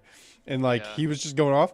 But now that I know his shtick, he does like the same thing with his what's he got? He's got The pictures. well, the pictures, and he's got the fucking the little harmonicas. He always has like a dozen harmonicas on him, and he'll just like blow into one and then throw it. Oh yeah. Uh-oh, I'm lagging. Oh, okay, we're good. We just gotta get coins on this one. Isn't that the best? You don't even have to fight on this map. I know, I hate that when people, like, you gather coins, and then you have enough, you come together in the middle. And there's people that don't understand it, and you're like, bruh. See how we have 19 coins, and it only takes 12? Come to the middle. I literally played this with Ty and everybody back in the day, and we avoided team fighting at all costs and got nothing but coins and fucking destroyed. We didn't even push. We didn't push a lane. We did none of that.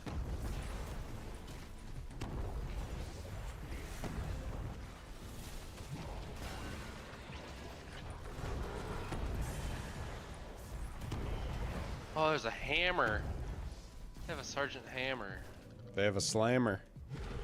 What time do you have to go to work or whatever tonight? I gotta be there at midnight, but I might leave here by like 9:30, 10-ish, depending on if I do decide that it's a good idea to get a lift in. Which most days you're gonna want to get a lift in, honestly. We need lanes. Lane, lane, lane, lane, lane, lane, lane. I'll go Soap, south. soap, I'll soap. go south. Cough up your doubloons, and maybe I'll turn me cannon on your foes.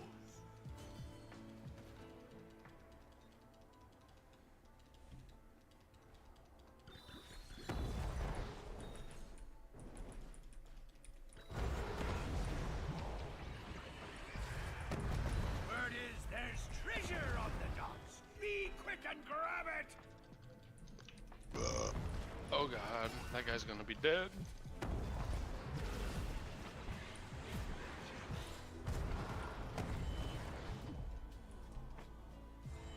Nice. We got kills.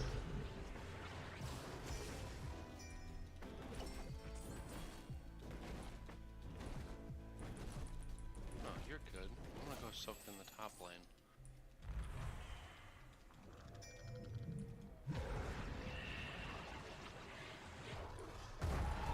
Choose a talent.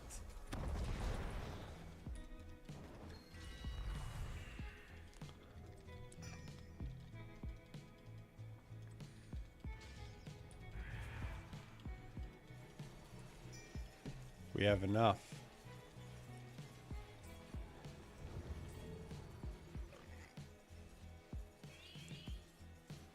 Yeah, I see you. I see you. Calm the fuck down.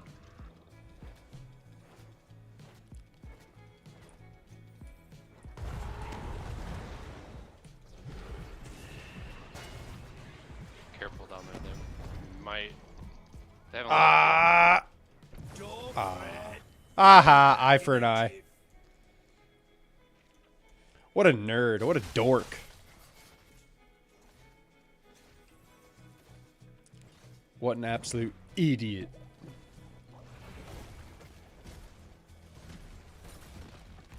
I called the dork once playing this game. It was pretty funny. Dork. I think it was with Joe.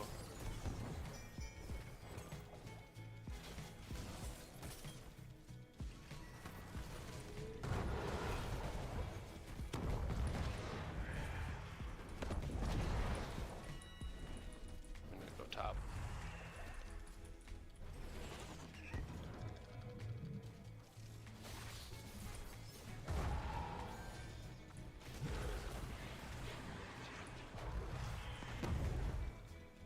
Can we pay? Yeah, somebody has one coin and they haven't turned in yet. Who is it? Who's got the one? Choose a talent. Oh, we have 3. You talking about on that short, Mr. Monet live in? What? Chat. Oh, I was like, I don't know what the fuck you're talking about, dude. I'm sorry. I think if you think about it, it was just kind of due because we've been going up for like almost 6 months straight. And that's kind of a record, like in a way. Like it's very, very rare you get that many months of upward closes. So it's just time for a pullback, you know? Doesn't have to be huge. It's already been like almost, what, 8% on the NASDAQ approximately? A little shy of 10.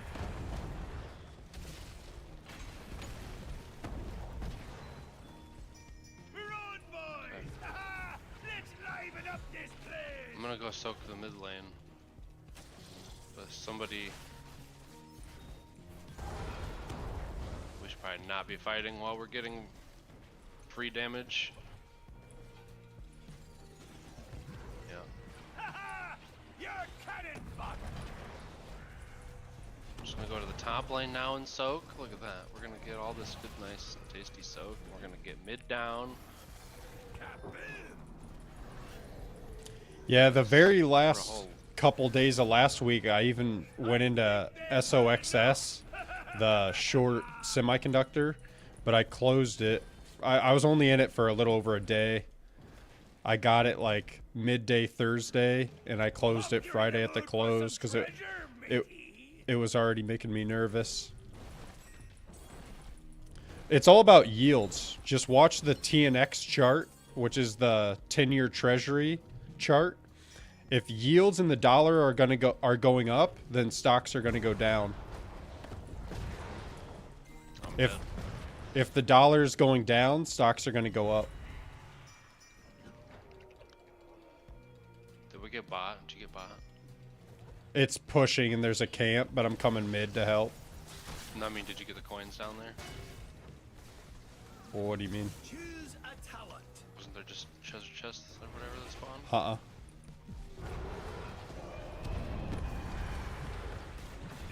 Now that's how you do it. Look at us. We're 10 now and they're not. Because I soaked for us. They're gonna go pay. We need to go D it. Alright. I'm coming.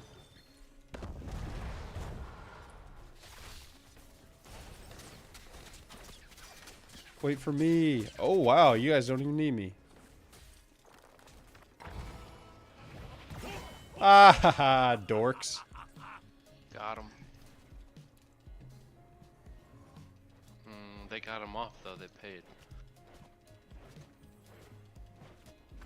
We need to. I need to just go soak. Get coins and soak. I don't know why I'm the one that's doing it. Looks like you died. Huh? They're all paid up? Bah, who cares? Let's We could have get easily up on killed that fire. Falstead when they dived me, but...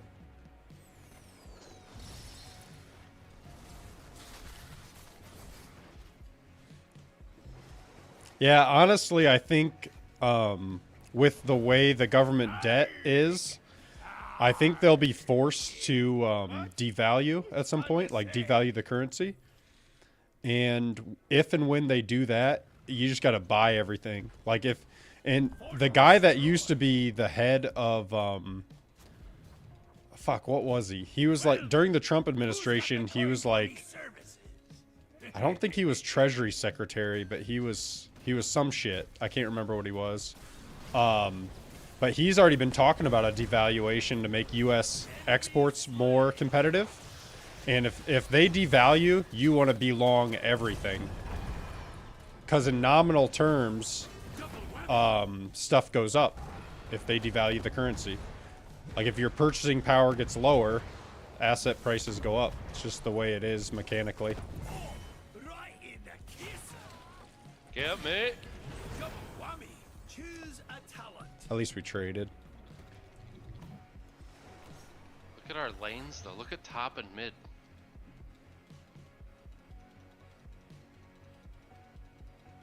That's me, baby, the healer. I did that.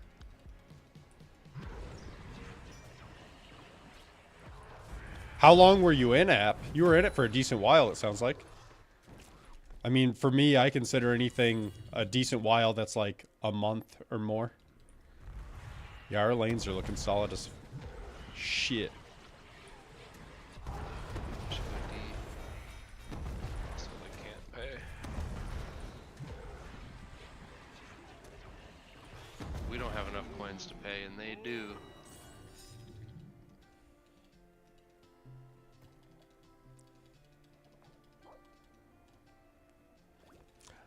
I'm just pissed I missed a decent amount of that last rally, because the last time you had that dip, and then the Qs, the NASDAQ was at like 344, 342, something like that. I bought that day and then got stopped out because my stop was so tight, and then it proceeded to go like straight up from there. Oh fuck. Yeah, I'm leaving because I got 5 coins.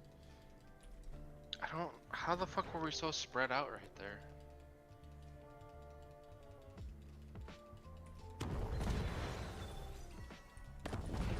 Your enemy has it out for you.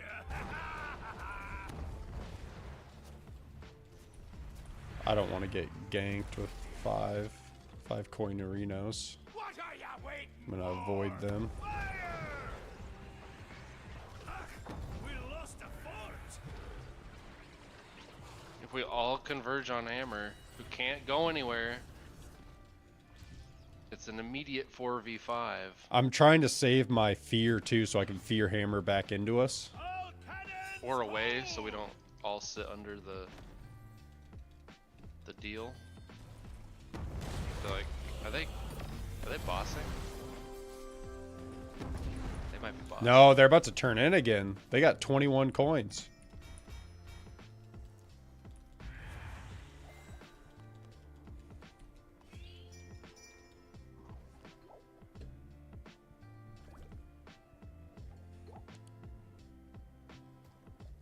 They don't want to pay.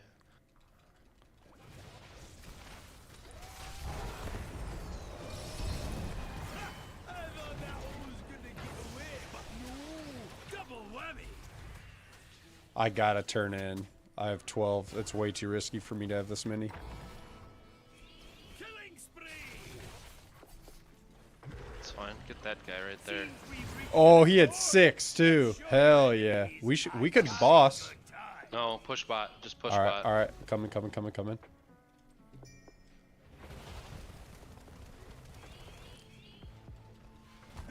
10% still solid though, you know, like if you can get tactical gains over the course, because like if you annualize that, like if you were a fund manager, you would annualize that gain, and then you'd end up being like, oh, I got, you know, 1200% if it was the over the course of a month.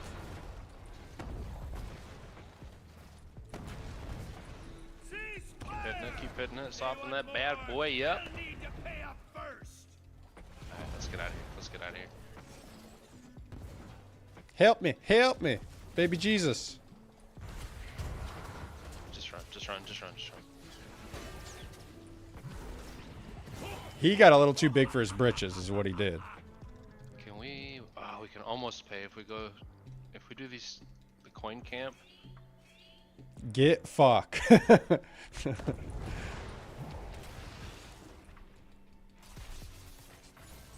Yeah, that Falstead got way ballsy there.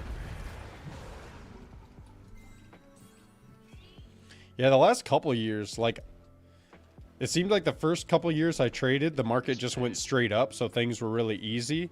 And then the last couple of years is when I really had to start learning, like, macro, because you gotta, like, in this kind of environment, you really gotta start to understand why things are doing what they're doing. Beat up? Bah, who cares? Let's get to the fun part.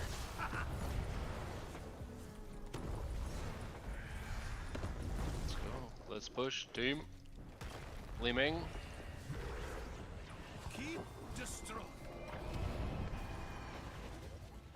I need a nub to actually be in the front line. Come on. Yep, not gonna happen. Come on, Wazy. Old Blackheart's got a gift for you. Yep, just go to that camp. And then up to boss. I feel like if we get a pick or something, I think bossing with all of them alive is pretty risky. Yeah. We out level them. We can win team fights. We know when they're gonna show up to it. Let's go do it. Let them pay. They can't pay enough to, and they're all bot defending. Big true.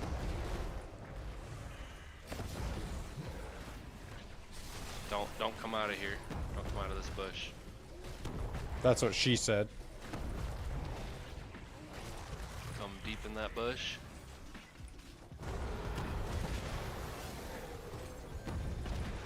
Just push with it.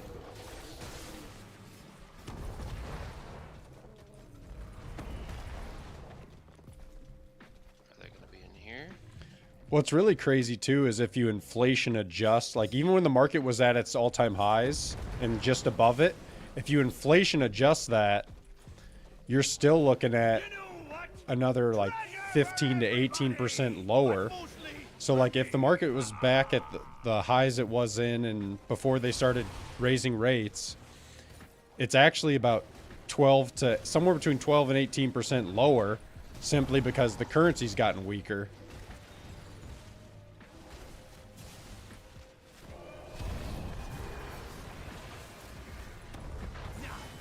Ah ha ha. GG. That should be the W. Hell yeah. I love me a good Gouldy game. I like it when the team listens and we do stuff. Yeah. And then we win. MVP.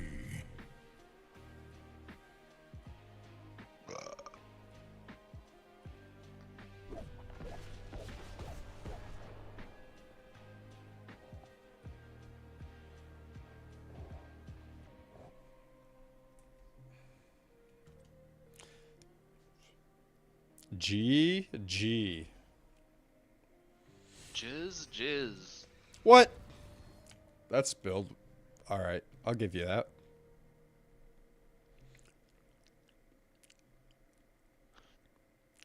My Nazebo's not terribly far off leveling up. I'll get a cheeky little Nazebo in. I'm gonna smoke weed. What? Yep. You better not bring that to this side of the river, boy. That's legal in Illinois, but that ain't legal over here in Iowa. I do often, in fact. I thought Iowa might have been going legal or something because I saw some advertisement that was like, we're like a big cannabis company and we ship to most cities in Iowa, and I was like, huh? It's probably a loophole. It's a marketing loophole, in my opinion. Yeah.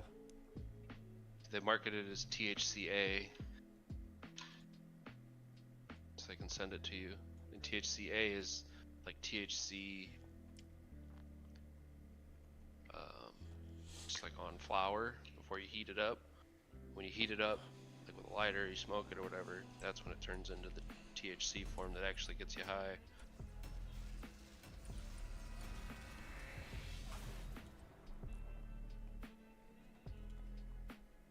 Yeah, I mean, Ja feel.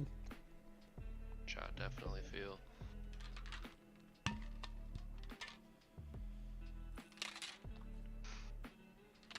Gonna hit you with a little bit of the yeah, I mean, on top of the yeah, I mean. All right. Get your butts Now we got the Sergeant Slammer.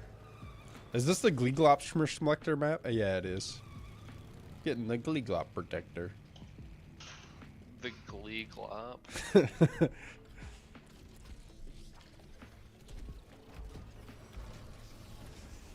This is a decent map. Hope you're ready. We got 10 seconds left. 5, 4, 3, 2, 1. Let the battle begin.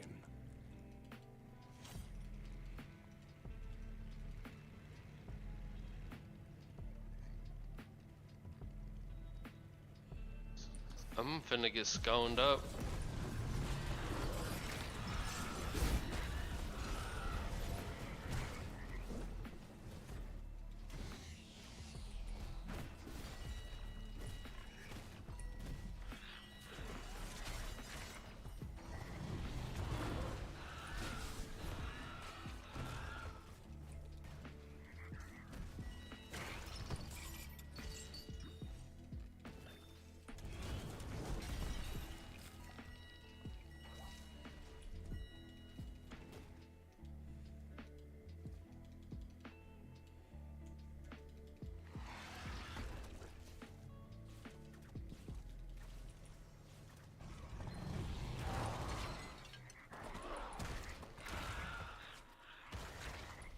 All right, Goof. Here we go.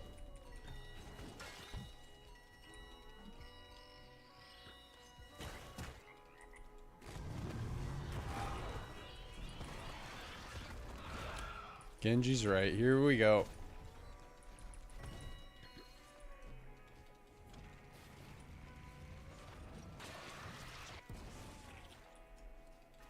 There he is.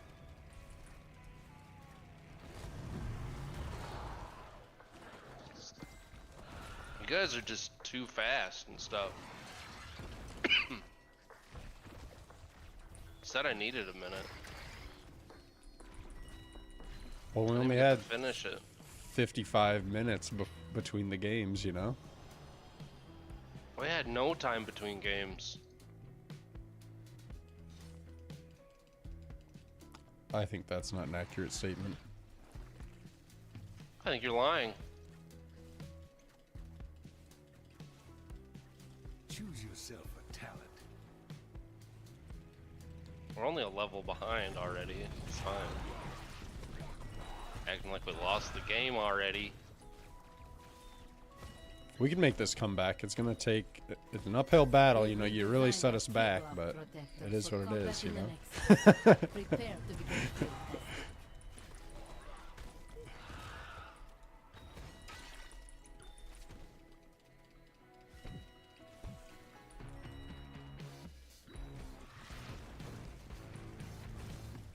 The Gara's got like the whole bottom area covered in creep. That bitch.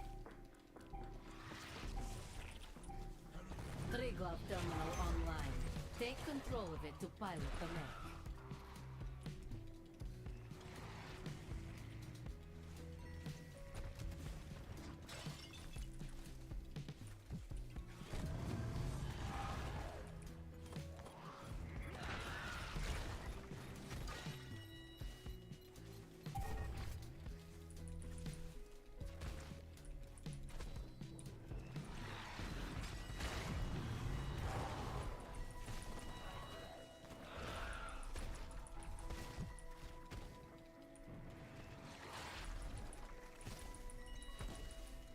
One of our people did this camp and then didn't take the turret.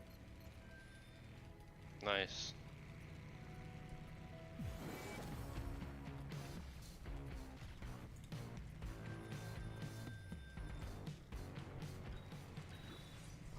Choose a talent.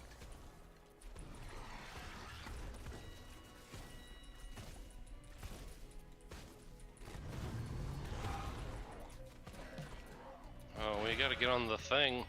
Nah, they got it. We didn't even attempt.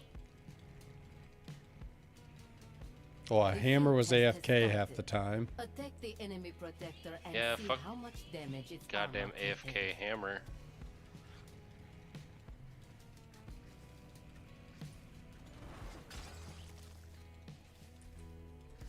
Oh, hell. They busted up our fort. No, don't get me.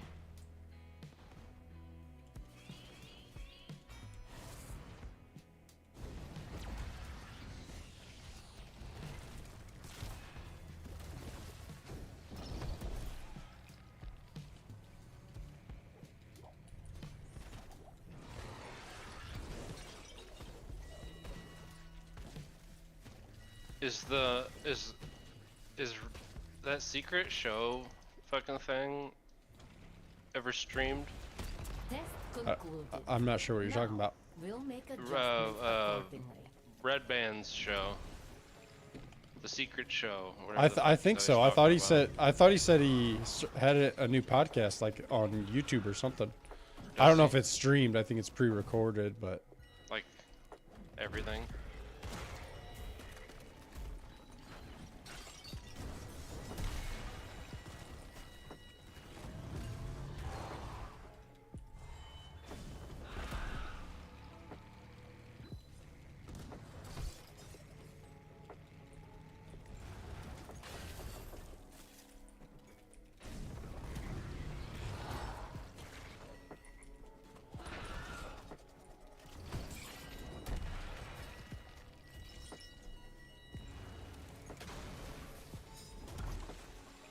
Oh, that was our guy, I think, that did that camp and didn't take the thing. Choose a talent.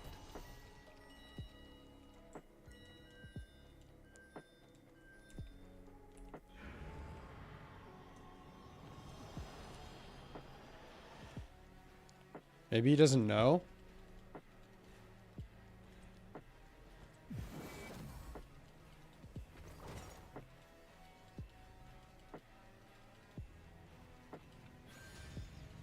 Somebody grabbed it. Who grabbed it? Genji. Genji grabbed it.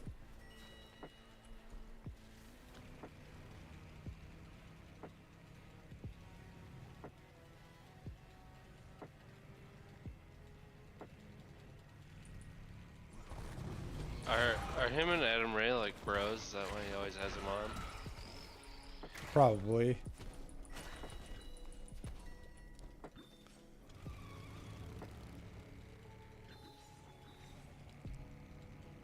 Trying to help a homie's career.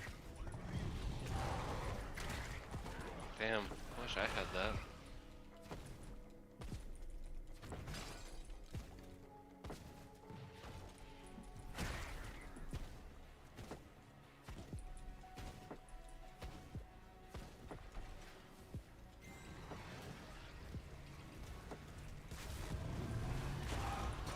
A new download will be ready shortly.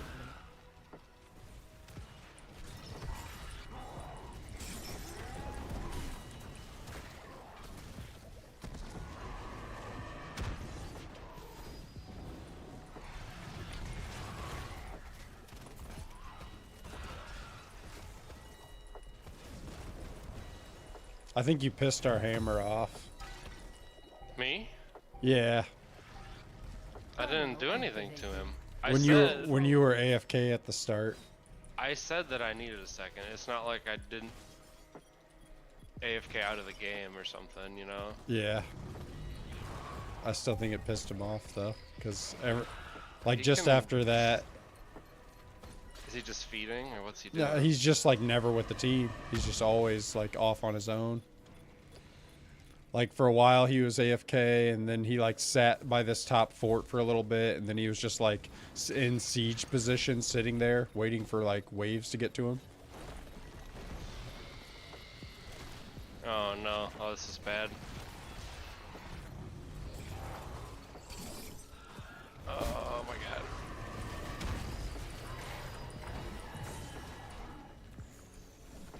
Oh, I'm gonna die now. Choose a talent. Oh, he missed me. You fucking missed me.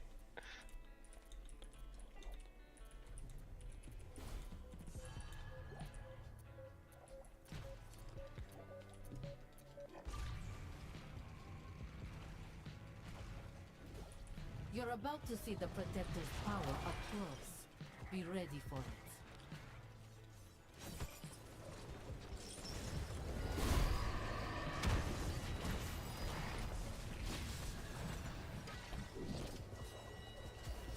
Our enemies destroyed a fort.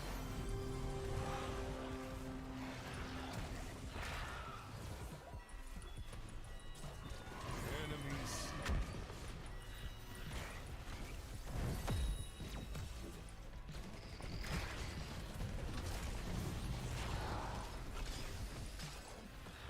Enemy slain.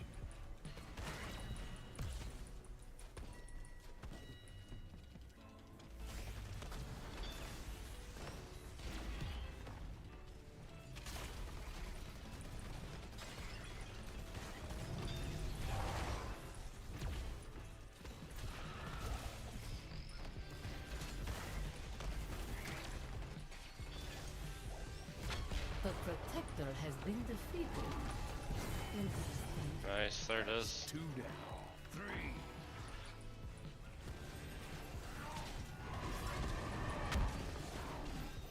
Killing spree. Enemy slain. Oh fuck.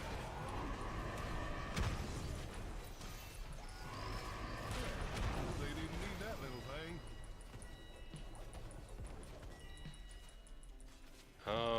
split up. We need to split up. Get out of here. We need to go soak some lanes and shit.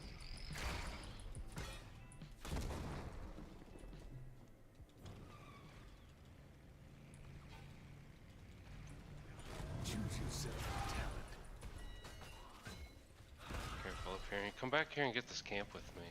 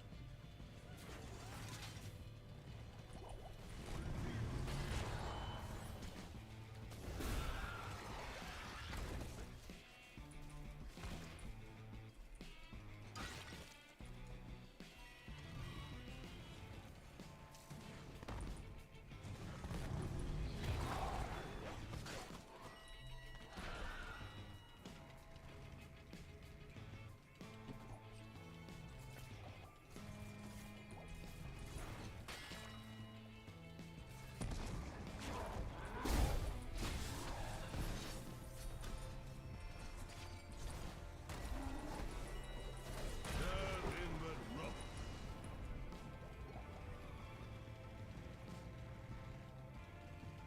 Hammer's about to get ganked.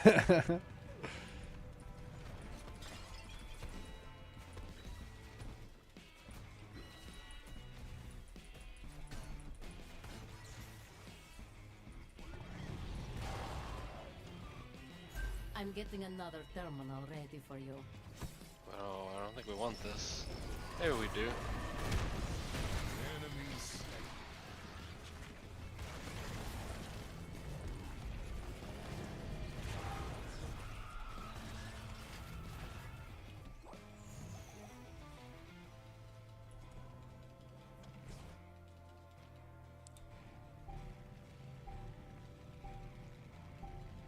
Access terminal online. Secure it to activate the protector.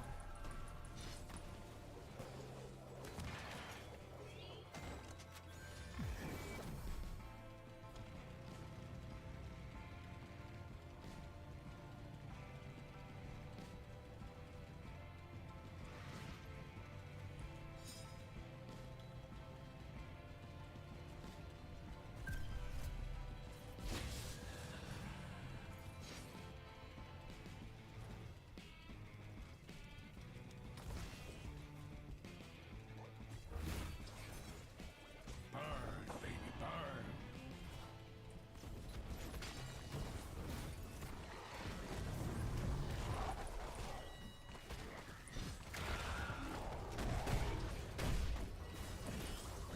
Got this asshole on me if anyone's near. Enemy slain.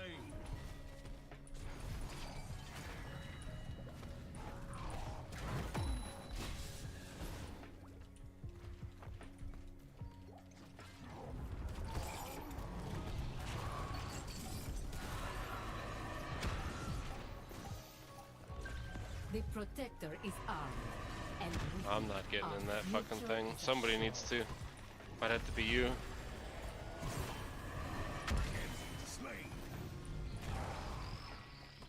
Yeah, get in that thing. Get in that thing. Well, yeah. it takes two people. Yeah, you can drive it around though. That's all we really need. Maniac. The protector's weapon will not function without a gunner. Choose a talent.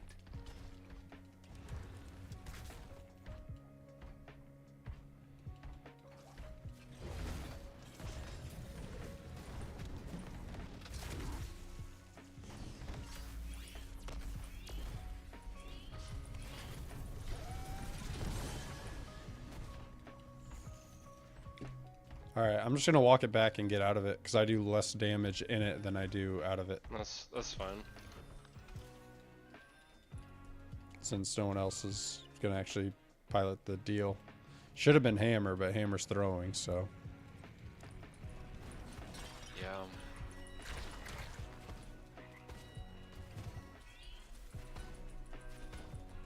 Oh, he's Mexican.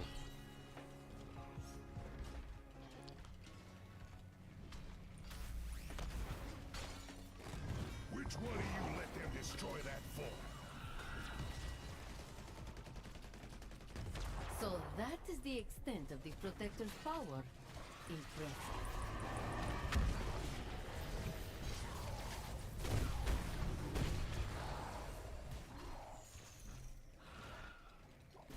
Thank you, Stuart Covington. That's what Stuko's short for, I'm pretty sure. Yeah? Pretty sure. It adds up.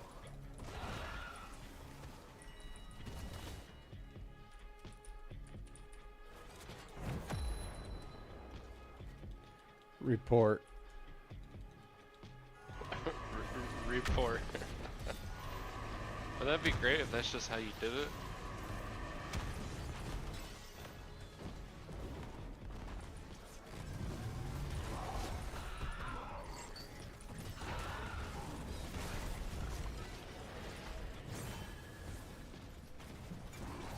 Slain.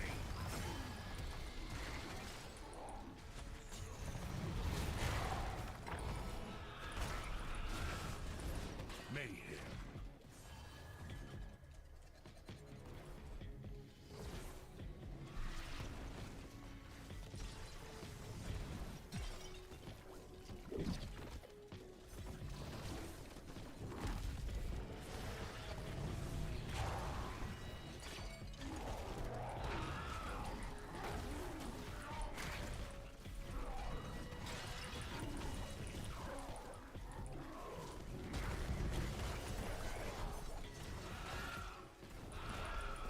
Enemy slain.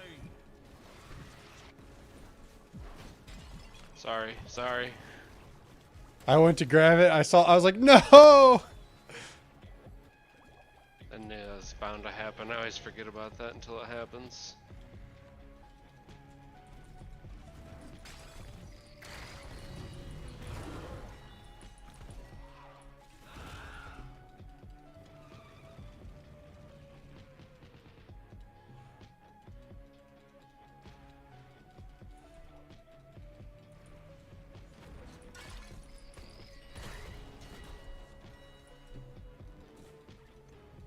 A Protector is almost ready.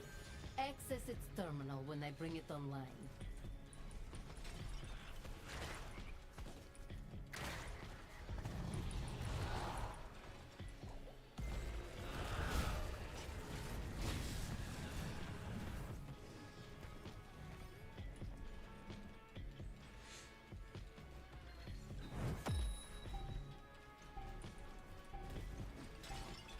Power routed to the terminal. Control it and you can pilot the Protector. I'm gonna stand on this thing, I guess. What are we doing over here? Fighting?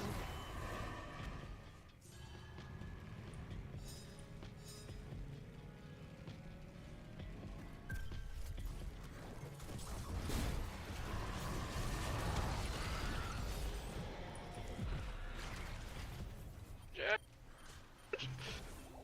Oh my god, you got it. Just run. Hell yeah. You're good. They don't call you Goof Ankle for nothing. I made their ankles goofy.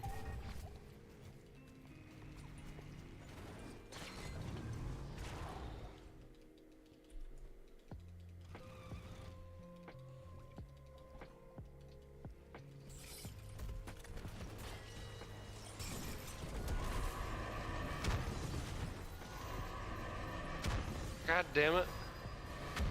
Bobby?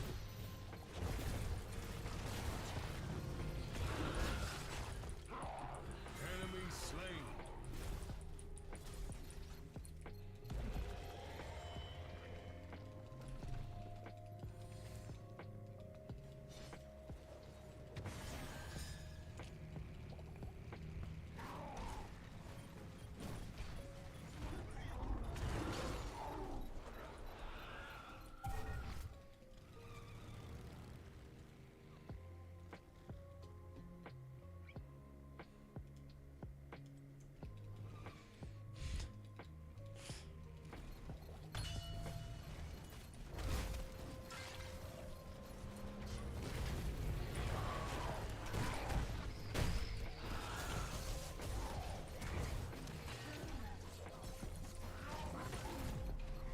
Fuck, I'm dead. Guess that killing Shouldn't have spree went. is over.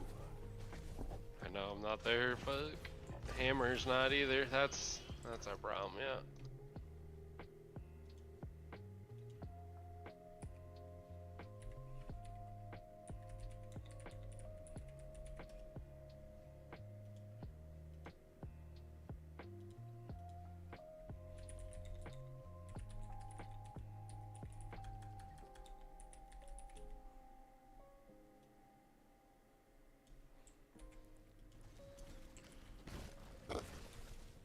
That was our keep, you know. Google Translate.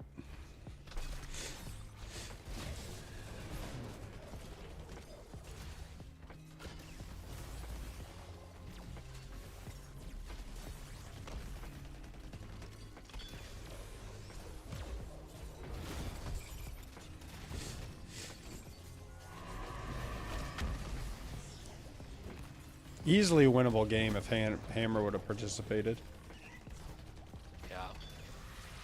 Yes, it is.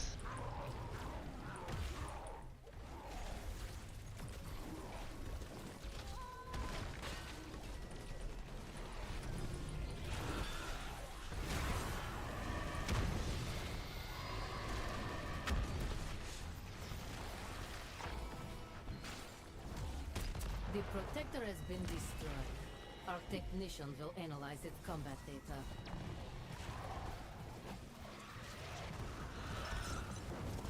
Keep just went down.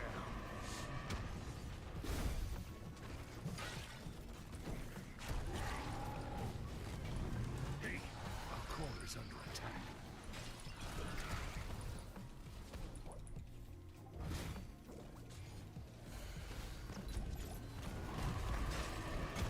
Enemies. No. Little potions. There's little potions there. There it is.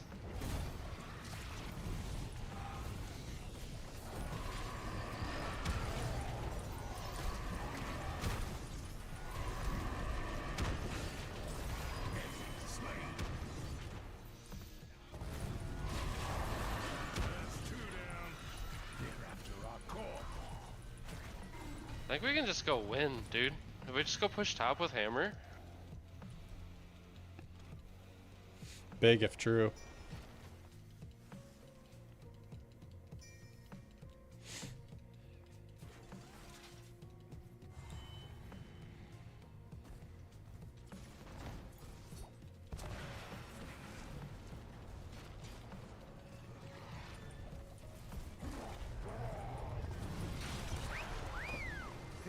Heard it.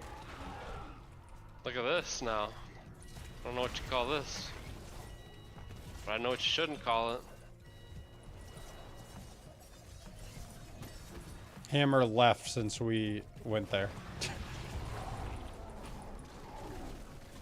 Oh, my bad. He's like, I don't want to be perceived as helping.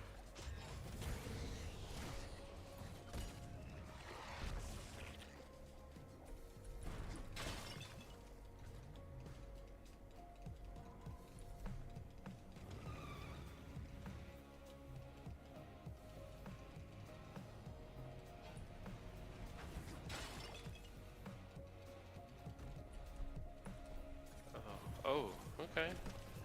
We need to be careful here. Be real careful here. I'm starting up an access terminal. No. Enemy slain. Potion right there. Yeah, buddy. Fuck. How did I still die? That's some bullshit. Oh, that Zagara. No.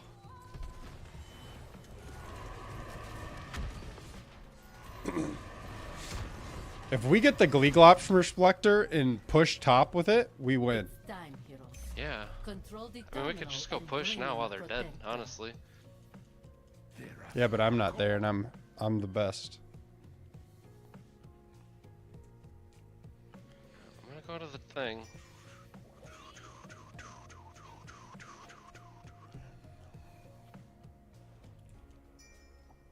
20 seconds, and I'm up.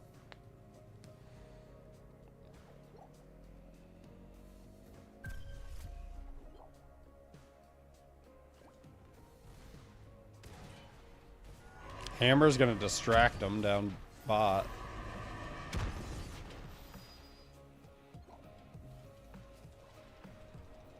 I am on my way, homies. Fuck yeah. Rip. Genji dying was not ideal. Nope. Him dying's not ideal either. Genji should get in the thing. What the fuck?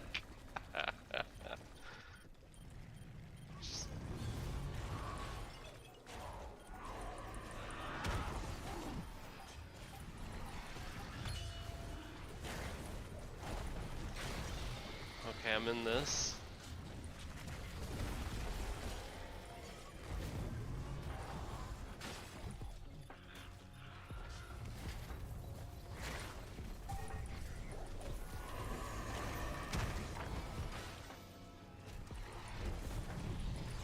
Oh, alright. Wake that guy up. Oh shit, dog. Back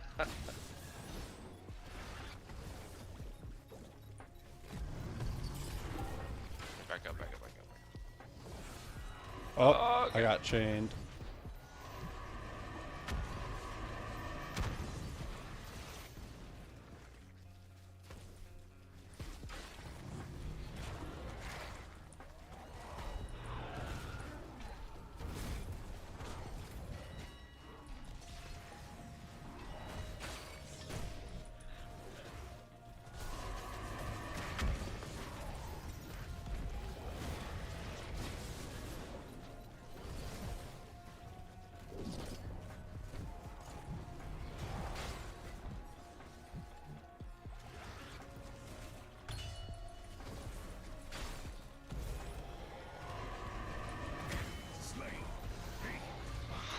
That got a kill.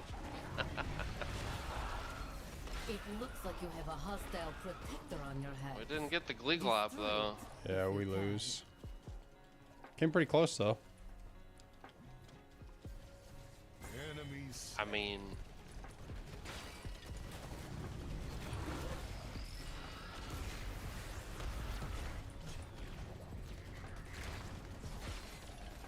Hey, our core is under attack.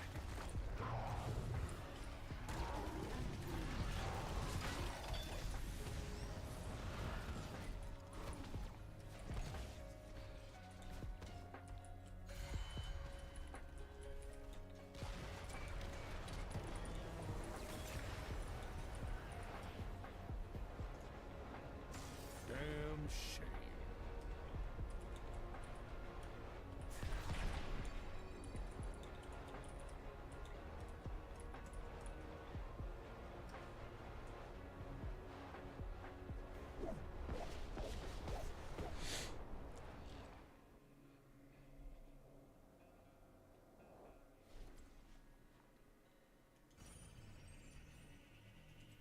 Yeah, I leveled up though. That means more loot.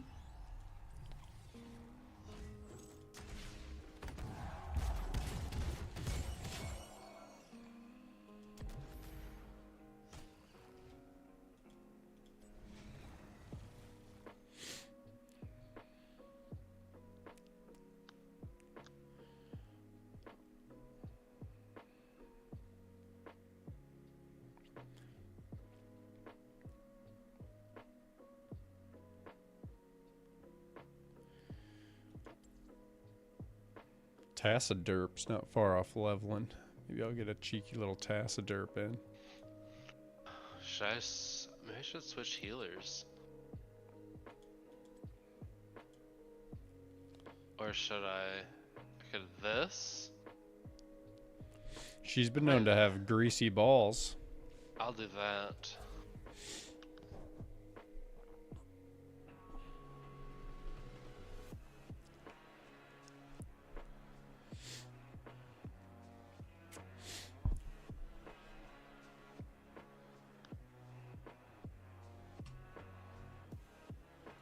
Uh-oh. Girly is home.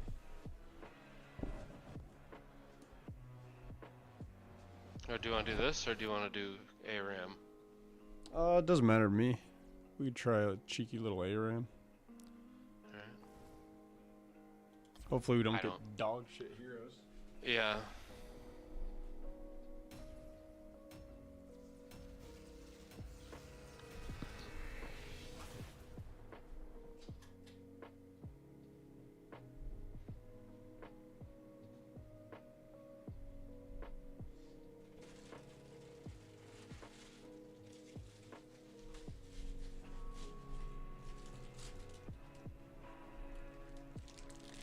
Ooh.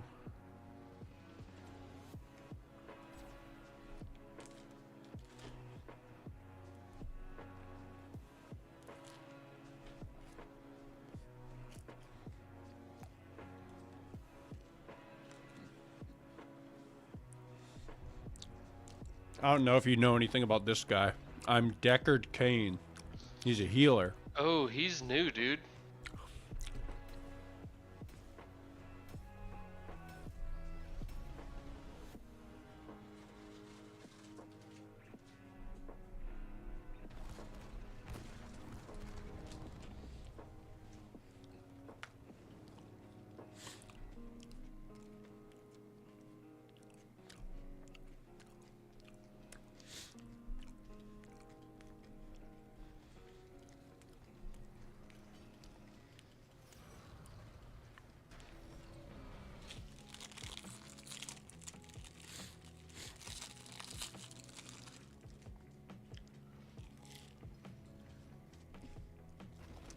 What do you know about carb blasting, Goof? About what? Carb blasting. Oh, dude. When I'm not bunny munching, I'm carb blasting.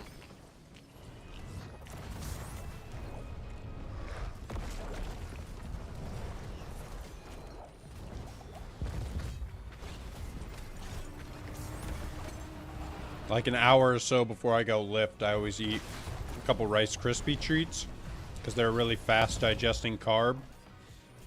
And then you have more energy and more pump during the lift. Love more pump. Nothing like a cheeky little pump. You ever like pair your pump with something? Call it like a pump and grub, like you go get food when you're done. Or like a pump and run, you know, you go for a little jog. I've been known to get a little cardio in here and there. Probably not as often as I should.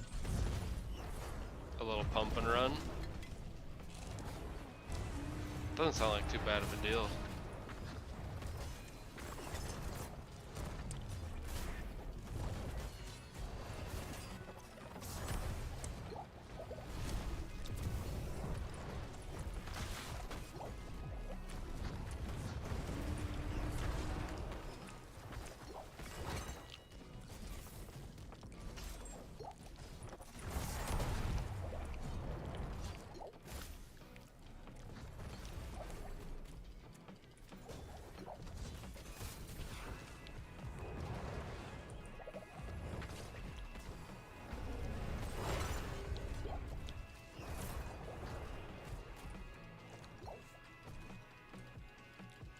Dude, have you heard of that place out in Las Vegas called The Sphere? Yeah. I saw some video from Fish played like over the weekend or something. It looked really cool. Like the yeah, the video and shit they had up on the inside. It was fucking cool. I heard it's really expensive though. It's like $500 a person. Really? Holy fuck.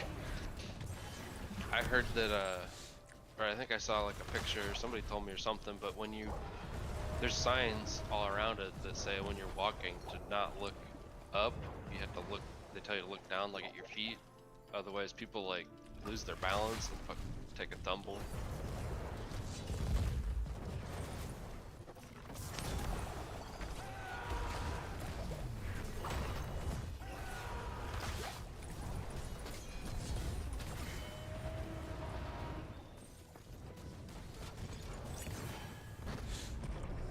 Damn.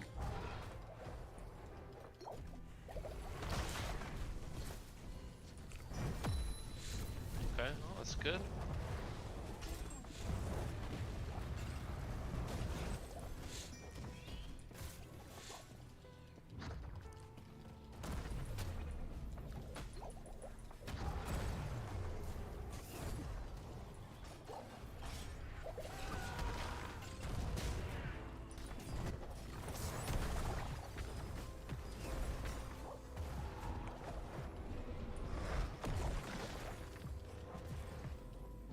What do I want here? Canis Cube? Reduces hero damage dealt. Yeah. Yep. You got it. That's the one.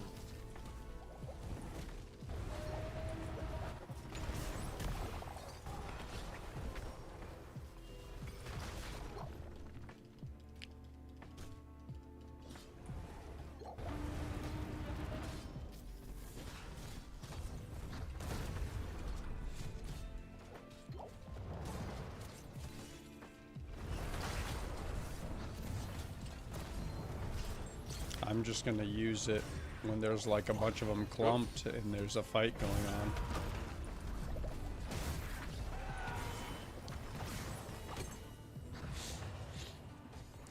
on. Sleepy.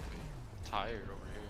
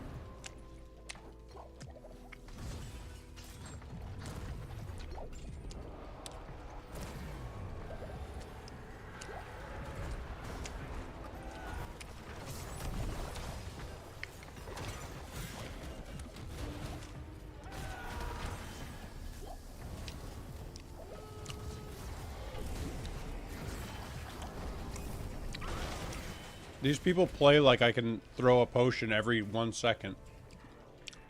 No shit, right? I'm playing in the back line and just getting annihilated. And just trying to live my best life. And I realize you do in fact have cooldowns. Just the same as when I play them.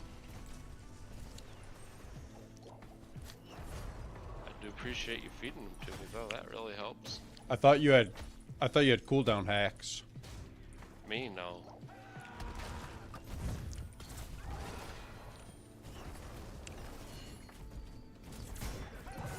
Oh fuck.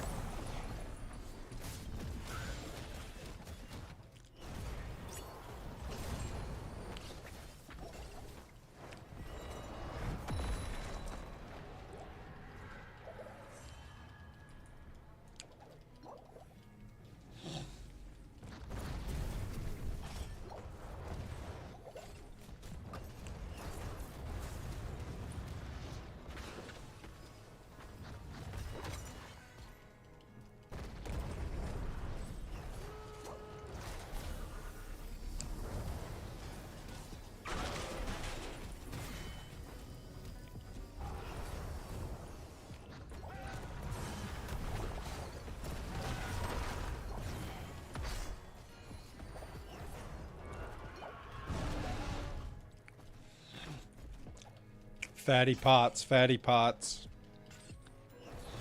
Get some OGs out there. Orange Julius? Even though that's OJ.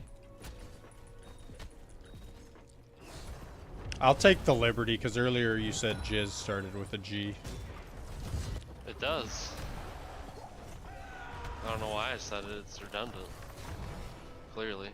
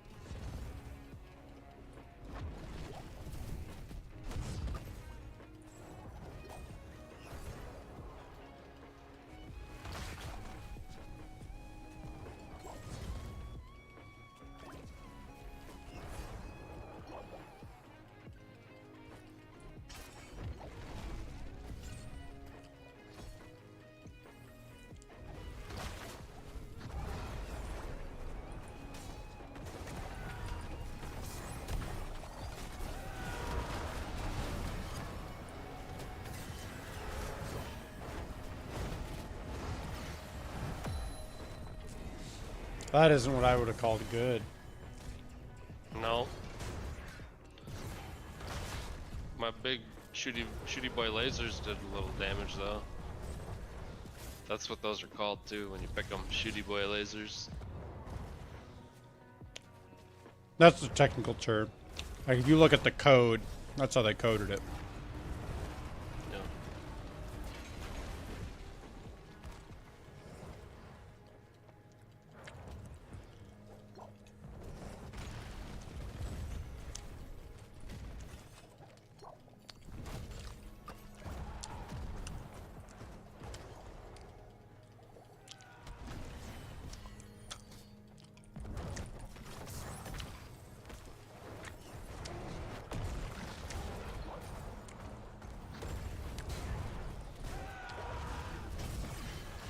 Oh my gosh. The person got fucking deleted.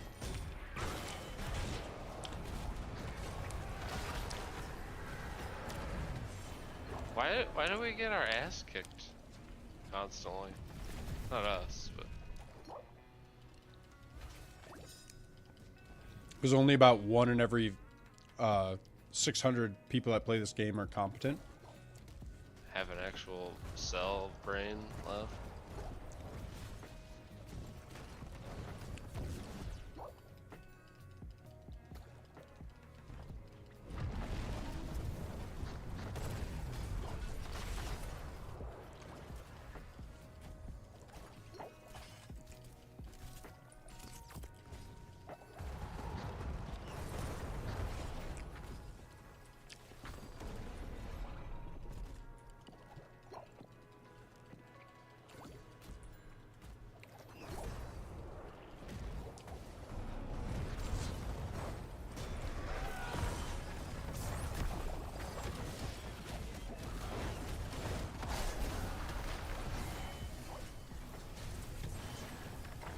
One step backwards, my guy.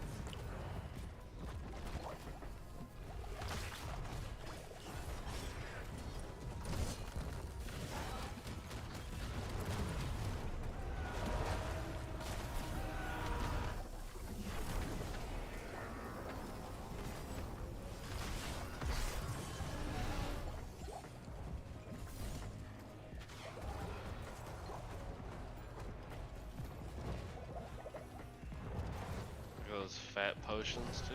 That's nice. Like, why is that guy there? Why is he so... Did somebody, like, drag him way, way, way far away from the team? Nope. Just dumb.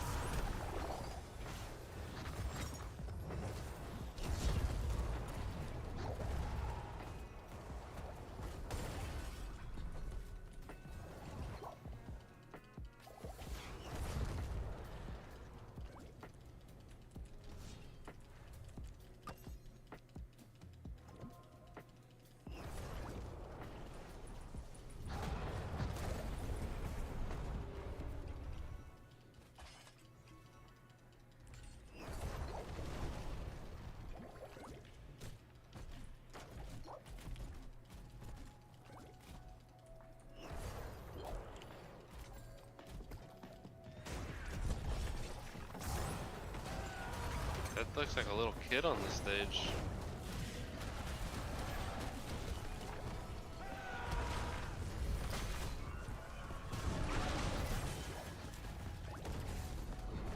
Or are you trying to not have the show spoiled for you?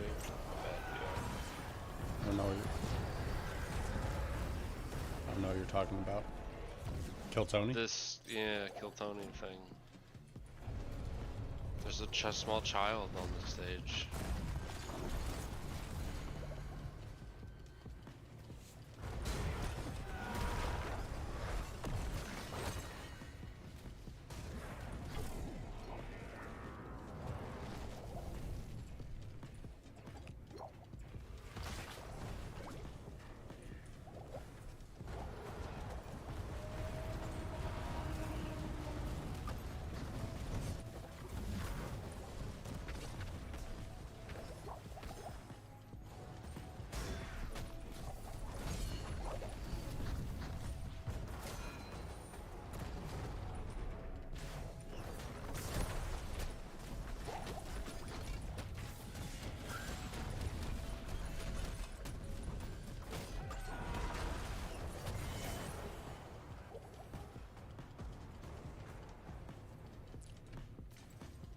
Do you get mana back from my Pylon area? Yeah. Yep.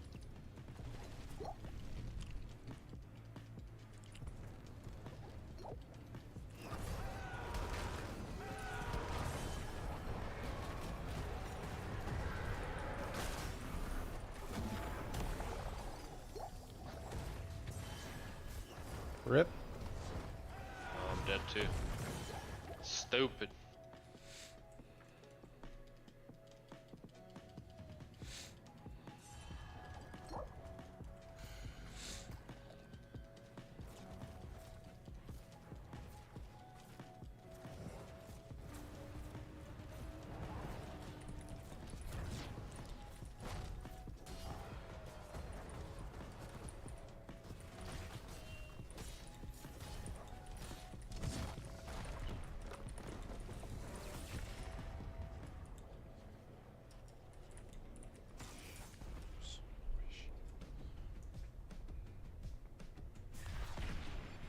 MVP. See if he says anything back, because he's one of the people with double-digit deaths. Oh, nope, he left. There was like 5 times where all he had to do was take like a quarter step back, and he would have been in a full fatty potion, and he just kept charging into them and died instead. I was like, what are you doing? You had him in really good spot. You threw him. I'm going to take a back. piss quick, and then I'll Alright. get probably one more in, depending how long it is. Yeah.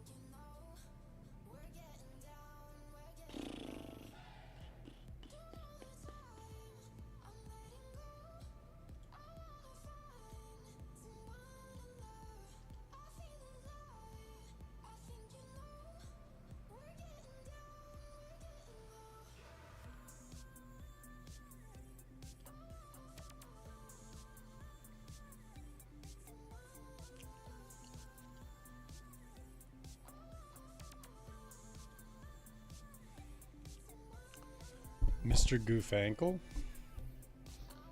Yeah? I wasn't sure if you were here.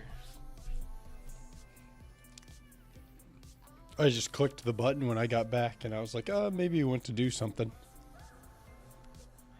Yeah, I was doing something alright. Crank and hog, I bet. We've had some pretty good zingers there on Instagram lately, if I say so.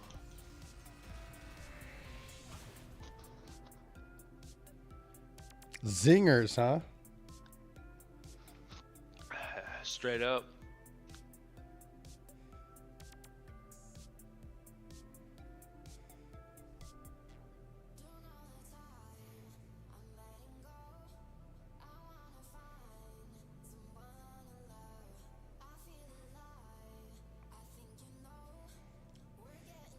Turtle dicks. Nice meme.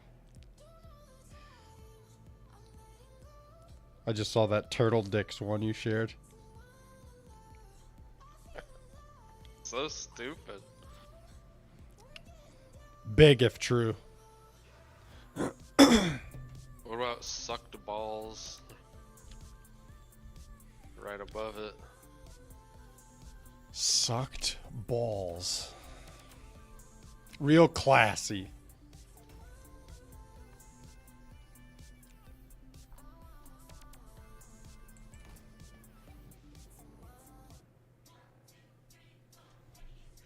This one's got some deep bass.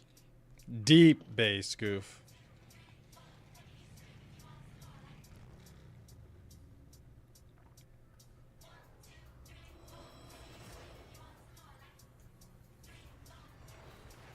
The battle begins in 10 seconds. 5, 4, 3, 2, 1. We cannot tarry. You know it's got deep bass if the song makes you make a stank face. Like you're smelling something stanky. You should put that on a shirt and go to a festival and just have permanent stank face the whole time.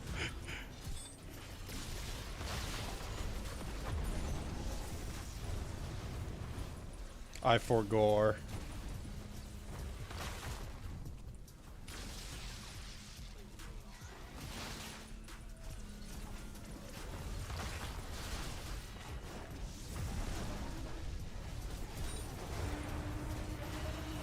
Oh fuck, I walled that guy in. I meant to put it on the other side of him. Who are you? You're Chromium. The wee little Chromie. The extra chromie. You're not on the pedo skin though.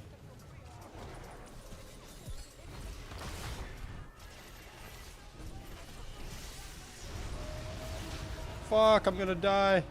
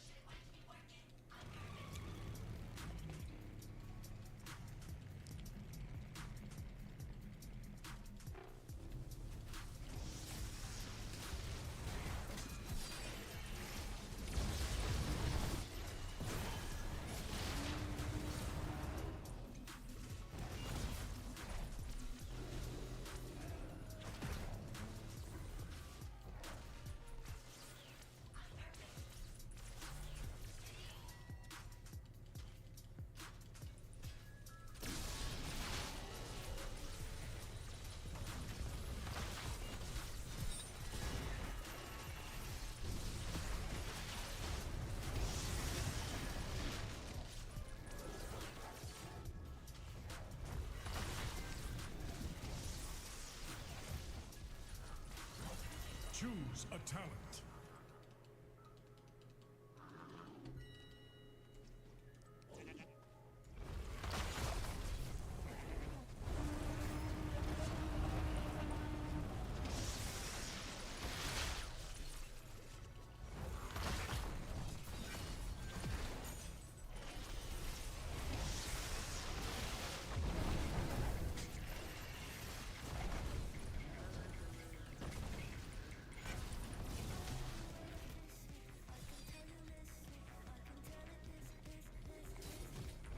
I'm just gonna start saying that to everything.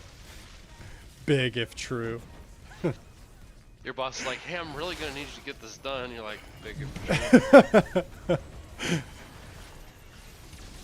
They're like, yeah, no, like it's really important. Like, don't fuck this up. And you're like, yeah, big if true, right there. Just don't take anything they say seriously. Your spirit is Oh fuck, I'm gonna die now, probably. Get me out of here. I've got to get out of here.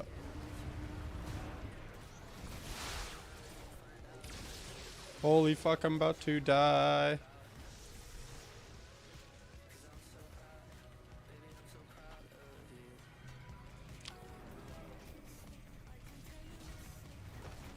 This one kind of slaps. choose a talent. Fuck! You have been slain.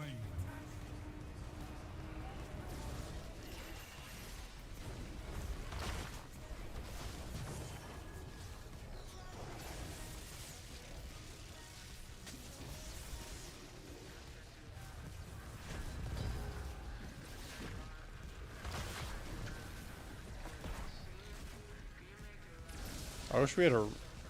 Where's... Oh, he died. Okay.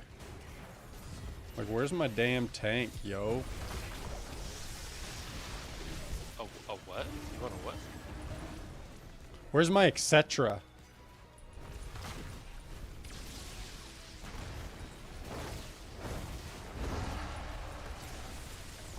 No.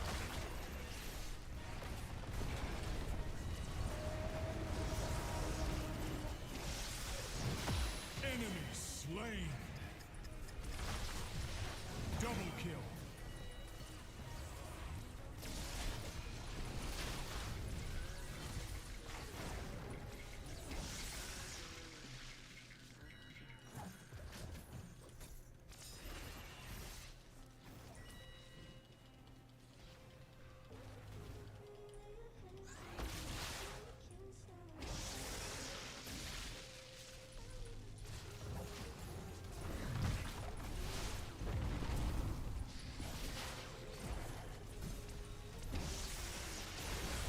Choose a talent.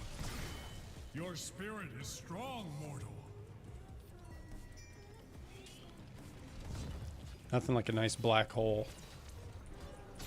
I'm talking about the Tassadar ult. Oh, no, I'm not interested anymore.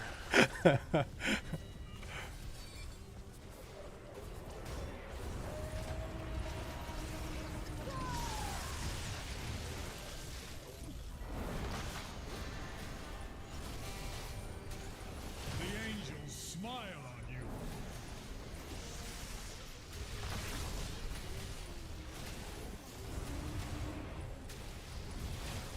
Such daring.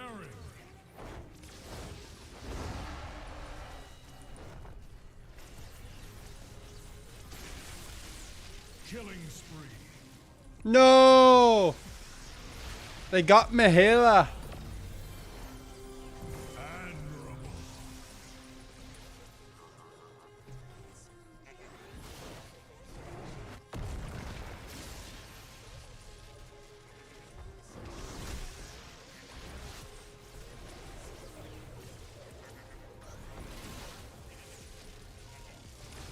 Choose a talent.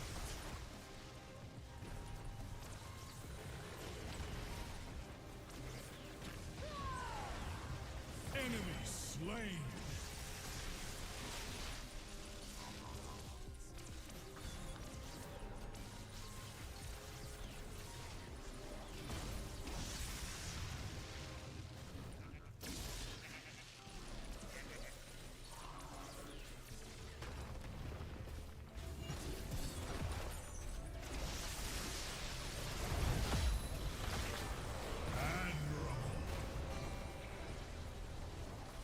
You notice, like, I just asked UTC what he was doing, and it's like been being a tank ever since.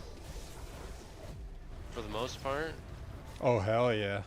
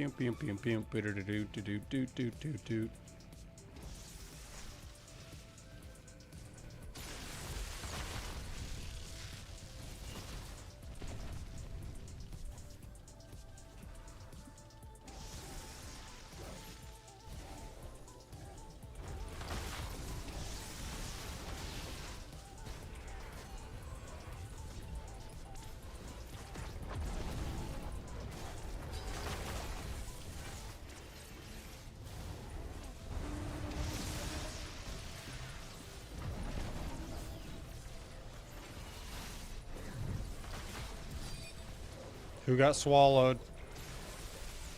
Damn, it wasn't me. Your spirit Trying to get is swallowed, you know what I'm saying? Oh, hell yeah. Get gobbled up.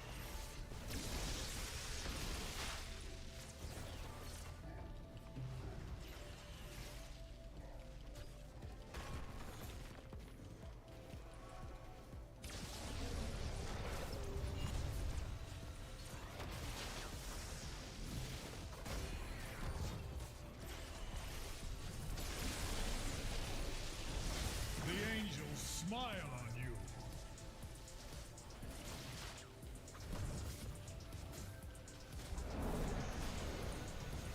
Mayhem. Fort destroyed.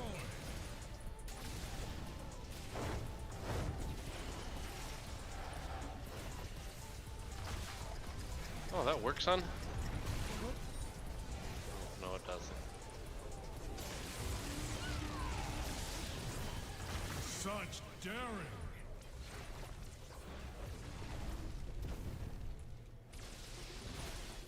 Double kill. No.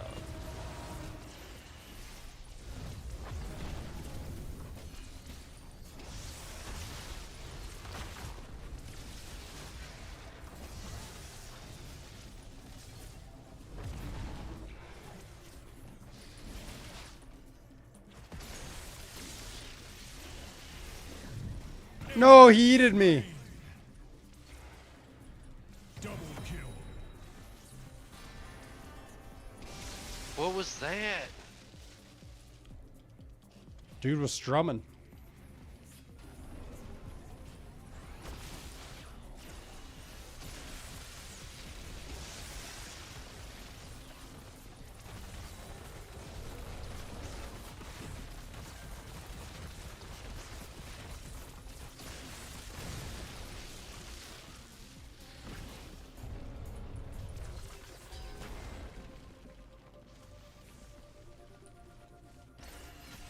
No, he's gonna eat me.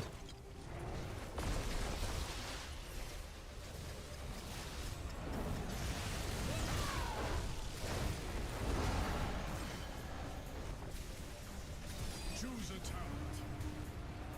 The angels smile on you.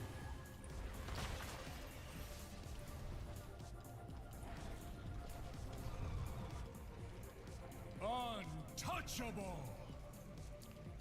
Ooh. You almost got hooked up. Got that red rocket though right there. You see that? See my spray right there? I got a red rocket.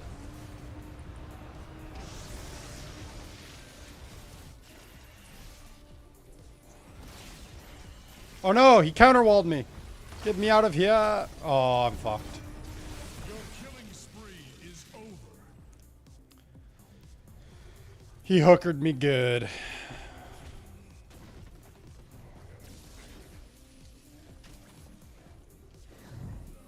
Oh no, Easy E. Easy E swallowed our healer whole. Damn, why is everybody getting swallowed but me?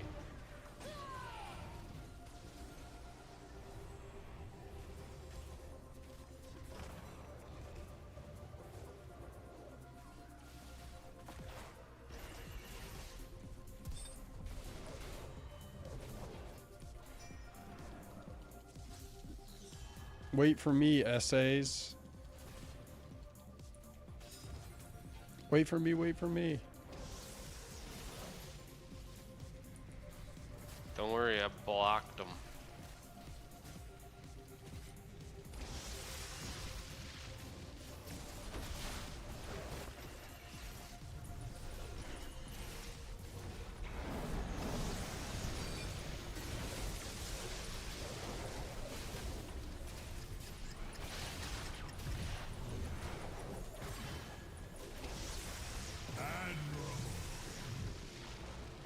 He shouldn't be able to just walk up to me and fucking swallow me. That's bullshit.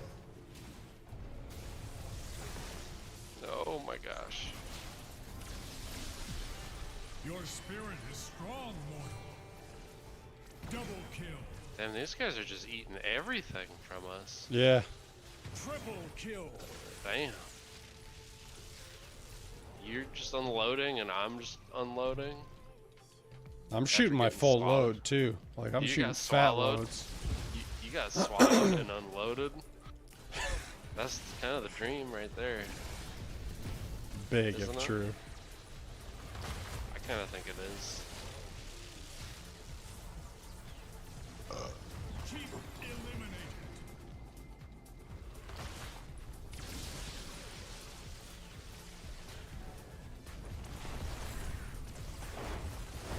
Such daring.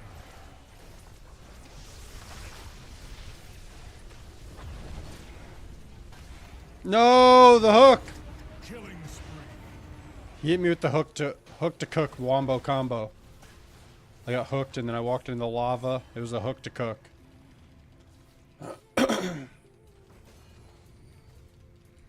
No! I was gonna try to give him a protective wall.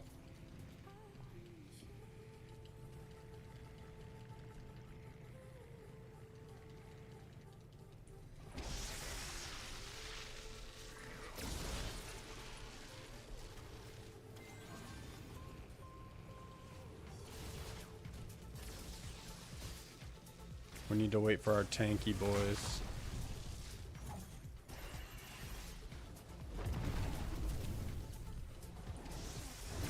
He's gonna eat you. Can't wait, dude. First time all game. They have taken a fort.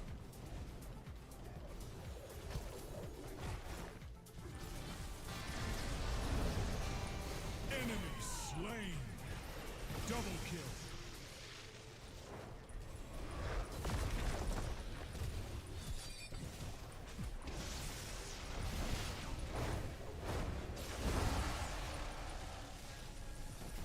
The angels smile on you. One problem with your theory. I'm Who's- inside your walls. Oh.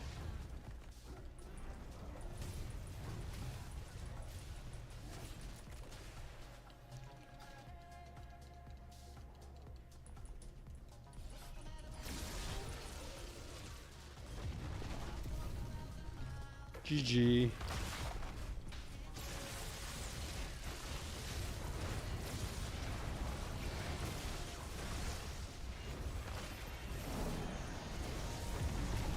You get back here. You're not going too far.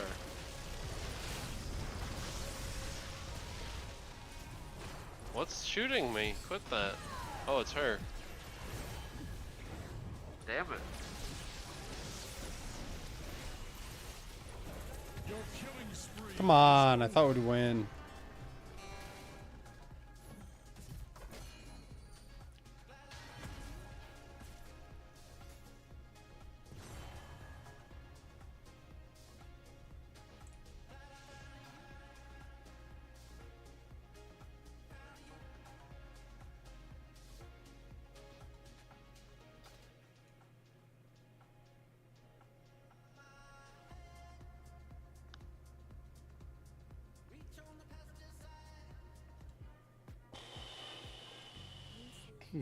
Do.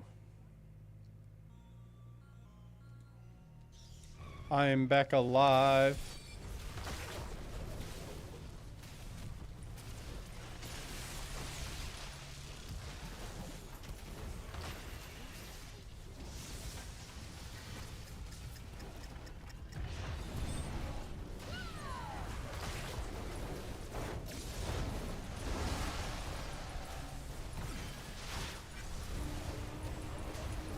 Such daring. Our keep has fallen.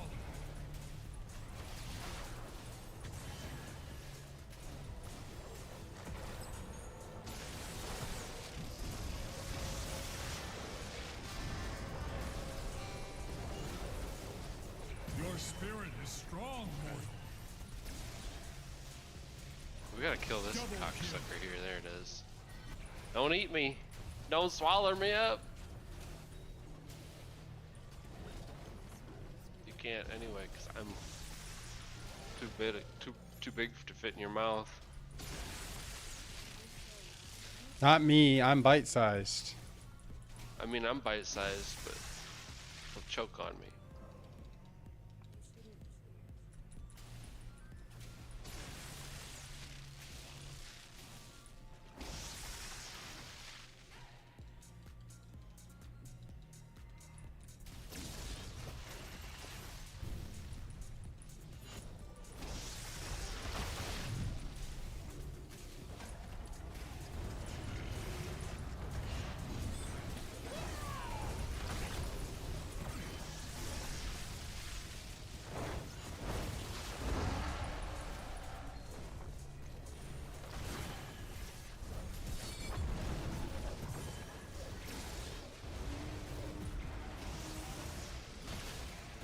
There is strength in your heart. Call upon it. We should have just ended last time we were down there. Like I know. everyone peeled and was like, "Oh, This dude's got 11 deaths.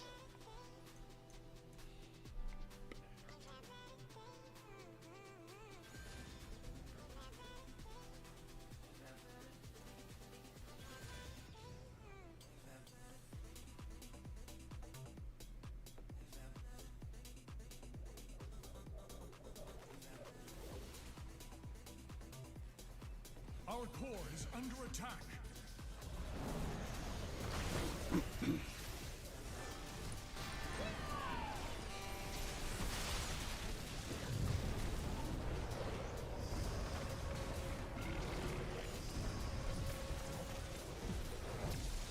Rise stronger than before, hero.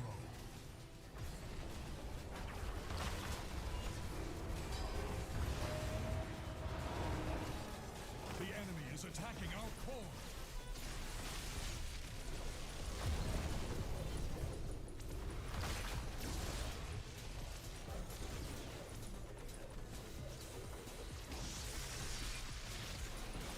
Our core is under attack. Admirable.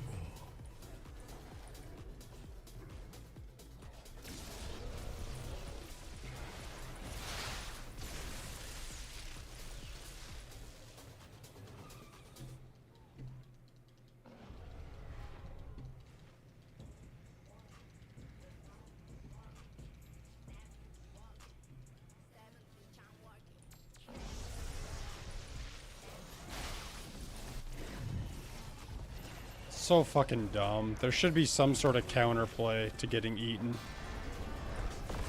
Well, at least that healer is good. Yeah. Enemy slain.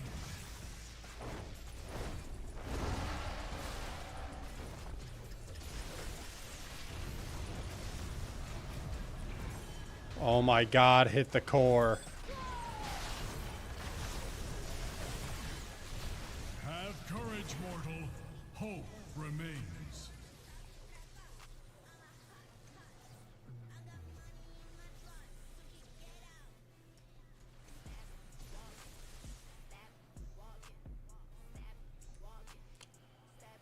Oh wow. It's brutal.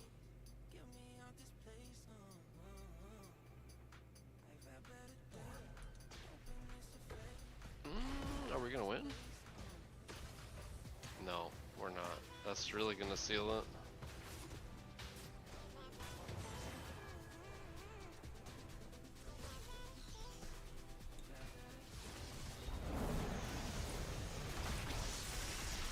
Such daring. Double kill. Triple kill. Dude, Oh my god. Is under attack. did we just hold?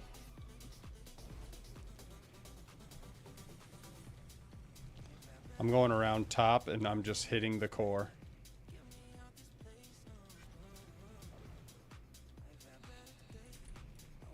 Wow.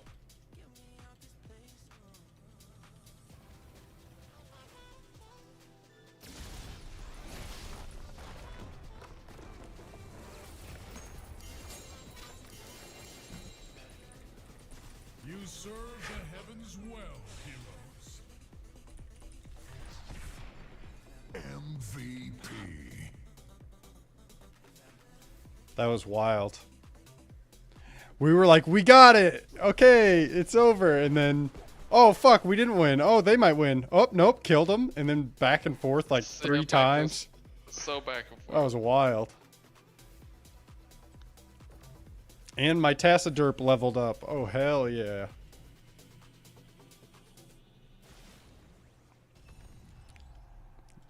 They don't call me the big loot guy for nothing. I didn't get any loot. Epic. If you have money to burn, I think there's some skins and or mounts that cost gold. Ooh. I got like almost 40k gold. What do you got? Quarter milli? 226,000. Basically a quarter mil if you round. Yeah. For who though is the question, you know? Yeah. Let me see my ranged assassins. I think it was mounts. It's mounts for sure. Exploding sheep? Sleepy Cloud?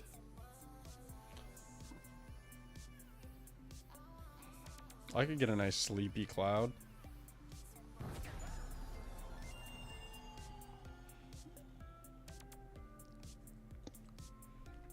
I have 2,000 triangles. 2,600 triangles. I got almost 6,700 triangles.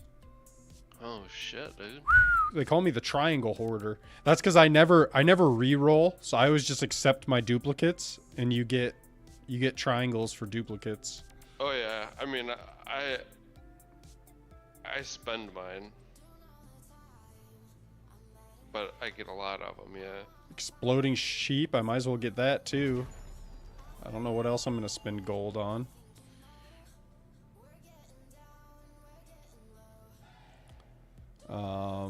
And then should I get the golden lunar rocket or the great Razorgrin, the shark that one. thing? That one. The Sharky boy? Yeah. Get them both.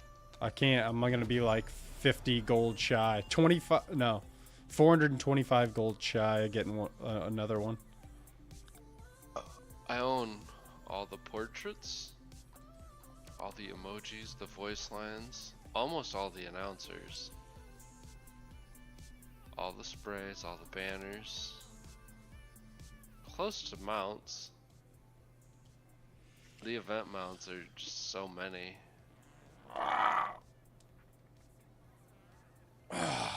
Well, I think I'm gonna get off and head to the gym. By get off, I just mean the Word. video game too. I'm not. Yeah. I'm not. There's no Yep. innuendo there. There's nothing Yeah. going on there. Kind of odd that you're mentioning the black hole and getting off. I mean, they do go hand in hand. But I reckon I'll talk to you later, Mr. Goof. Sounds good. It was fun. Bye.